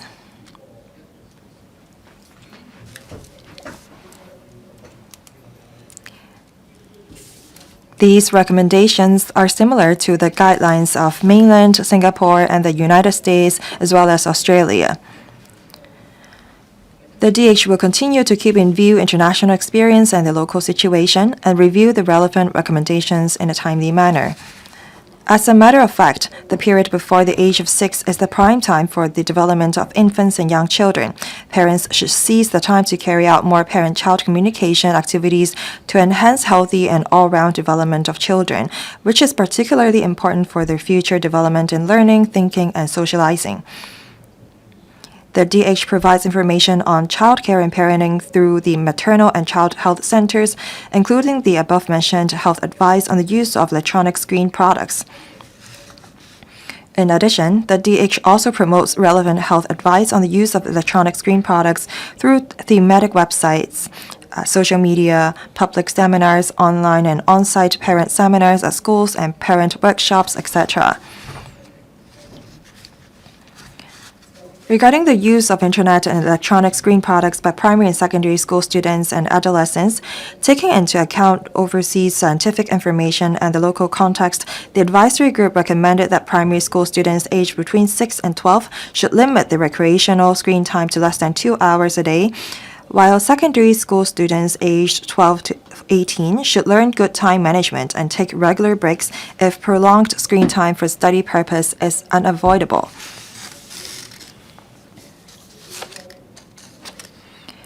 They should also remember the 20-20-20 rule, take a 20-second break to view something at least 20 feet away for every 20 minutes. The DH has been providing free annual health assessment for primary and secondary school students, including growth monitoring, vision and hearing assessment, etc., to continuously monitor various health indicators of all students in Hong Kong. Students found to have health problems will be referred to for further assessment and treatment. In recent years, especially after the COVID-19 epidemic, the overall time spent by primary and secondary school students on the internet and electronic screen products for recreational purposes has increased by more than 10% as compared with that before the epidemic. The DH will hold a press conference this afternoon and release the Student Health Service Annual Health Report 2023-24, summarizing the key findings of the annual health assessment service provided to all primary and secondary school students in Hong Kong during the year.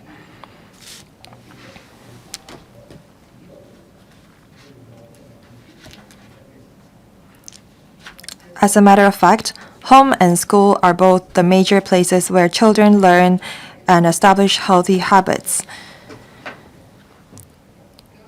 Collaboration between home and school is the key to helping children develop good use of the internet and electronic screen products. The EDB provides the information literacy for Hong Kong students learning framework for schools to strengthen the relevant information literacy learning elements in primary and secondary curricula with a view to fostering students' ability and attitude to use information and communication technology effectively, such that they are able to use the internet and electronic devices properly and healthily. In the meantime, to cultivate healthy lifestyle among children and adolescents from an early age, the DH has launched the Whole School Health Program to assist schools in systematically reviewing and formulating measures to promote physical activity, healthy eating, mental health, and social well-being. It is announced in the Chief Executive's 2024 policy address that the whole school health program will be extended to cover all primary and secondary schools in Hong Kong, and that health reports will be compiled for each participating school to recommend targeted school-based health promotion measures with a view to further promoting students' physical and mental health. Besides, the PHC Commission is actively promoting the life course prevention care plan and formulating a personalized preventive care plan to address the health needs of citizens, including school children across different life stages, such as making recommendations on daily screen time based on the school children's age group. Thank you, President. Mr. LUK Chung-hung. Thank you. 80% of the brain development happened before the age of 3. A large amount of study say that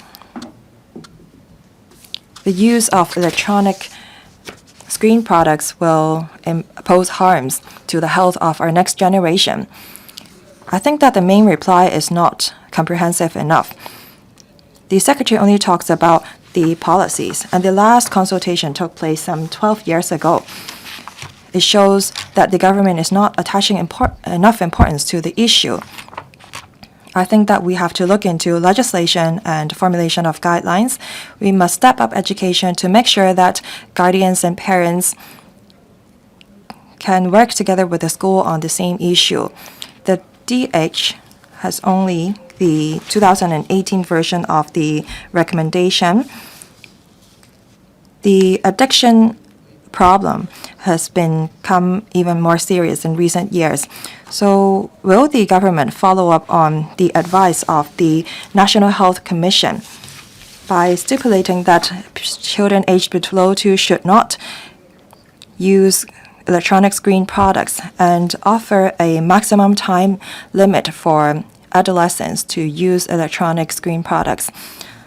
There should be guidelines promulgated by the Education Bureau. We should also set out clear responsibility for producers and manufacturers of electronic screen products. They should put out warnings on those products. Secretary, we have been looking at the recommendations made by various countries across the world. There is no country that legislates to prohibit the use of electronic products by infants and young children. They only provide guidelines and recommendations.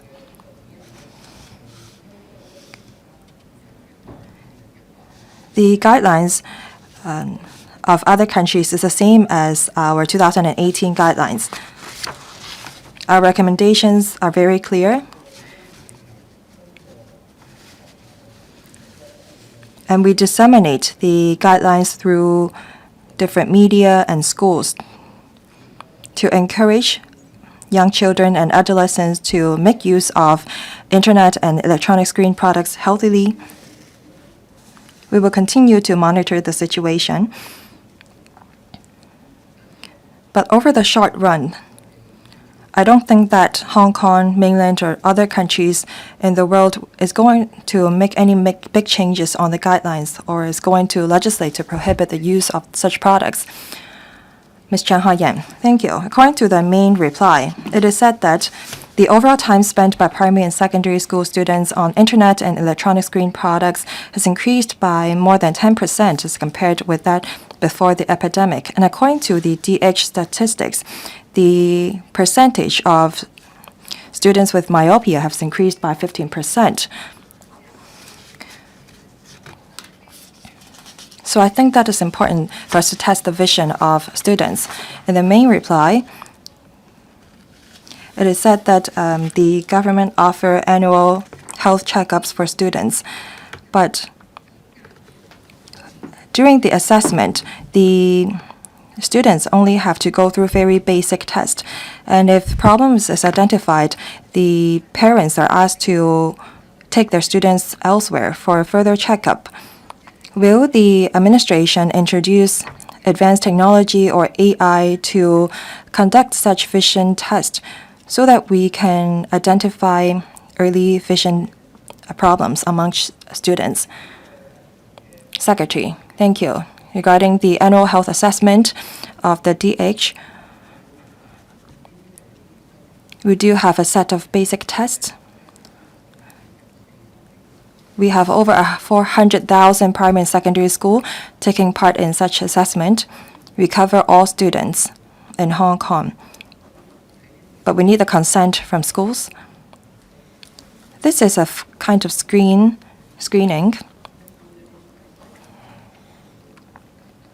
And these screenings should be simple, non-invasive, fast, and there has to be enough manpower to offer such assessment because we do, say, 400,000 tests every year. When we look into the methodology, we have consulted relevant professionals. When we identify vision problems among students, we refer them to go on for follow-up consultations. Thank you. Mr. Chi KWOK. Thank you. The length of usage of internet and electronic screen products have everything to do with the obesity issue and depression of students. Will the DH talk to the EDB to step up publicity and education for parents so that the people are aware of the health hazards of using electronic screen products prematurely? Secretary, thank you.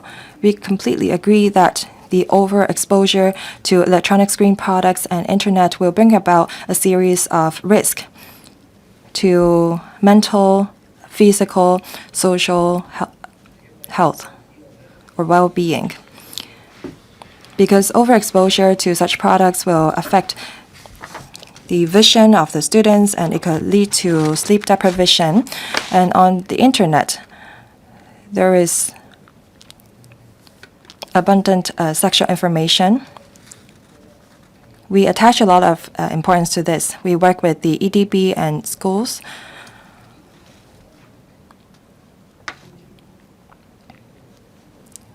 At schools, our guidelines will be promoted.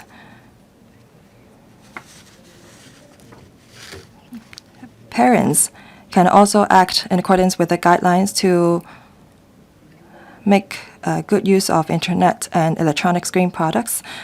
We rely on schools to publicize the guidelines. Next, Mr. Adrian Ho. Thank you, President. There is a famous drama on a streaming platform that talks about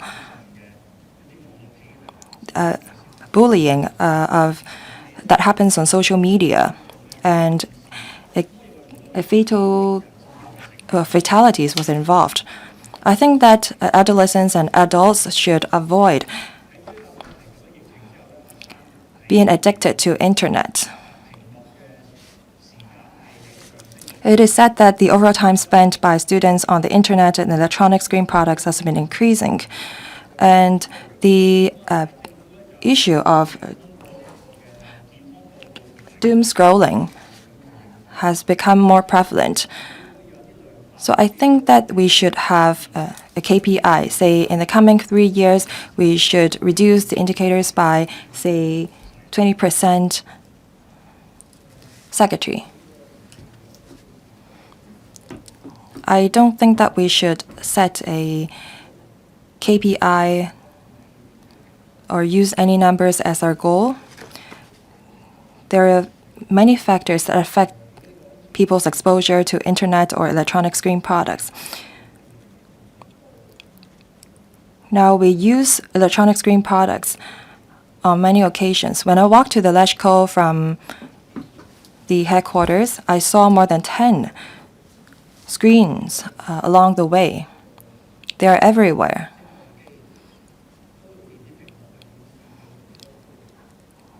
In lifts, we see screens showing the floors that we're at. So this is a trend. I don't think that we should set a target. We need to instead work on education.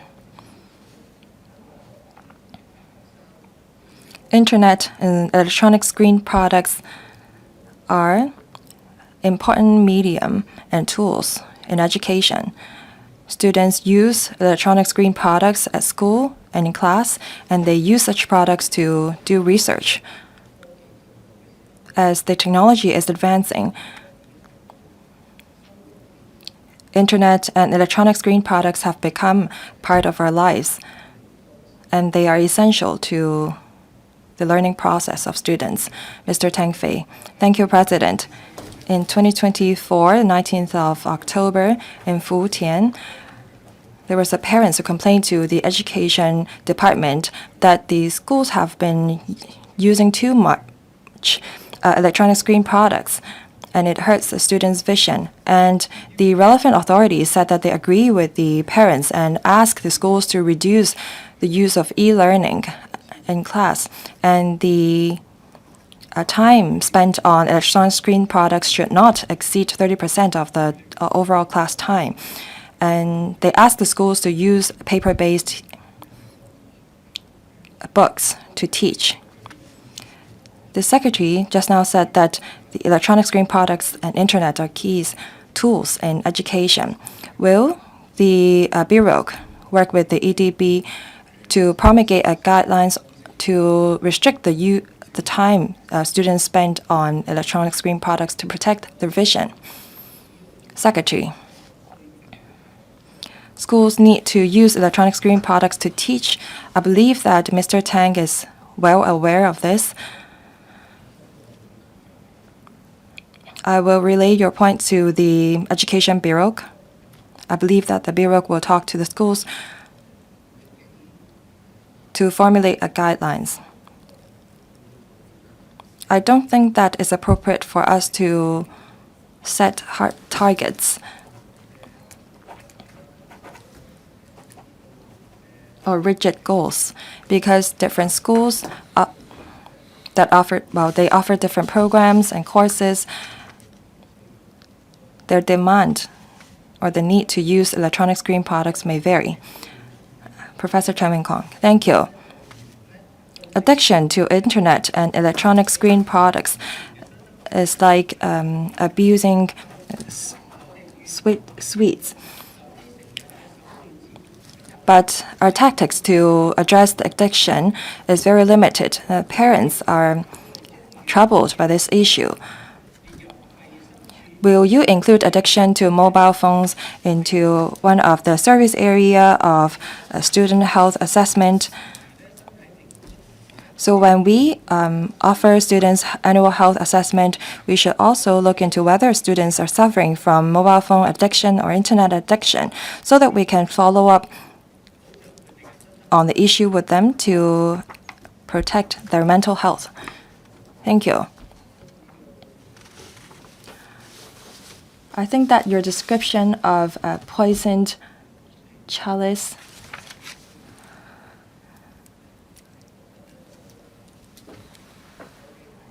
is debatable. During our annual health assessment for students,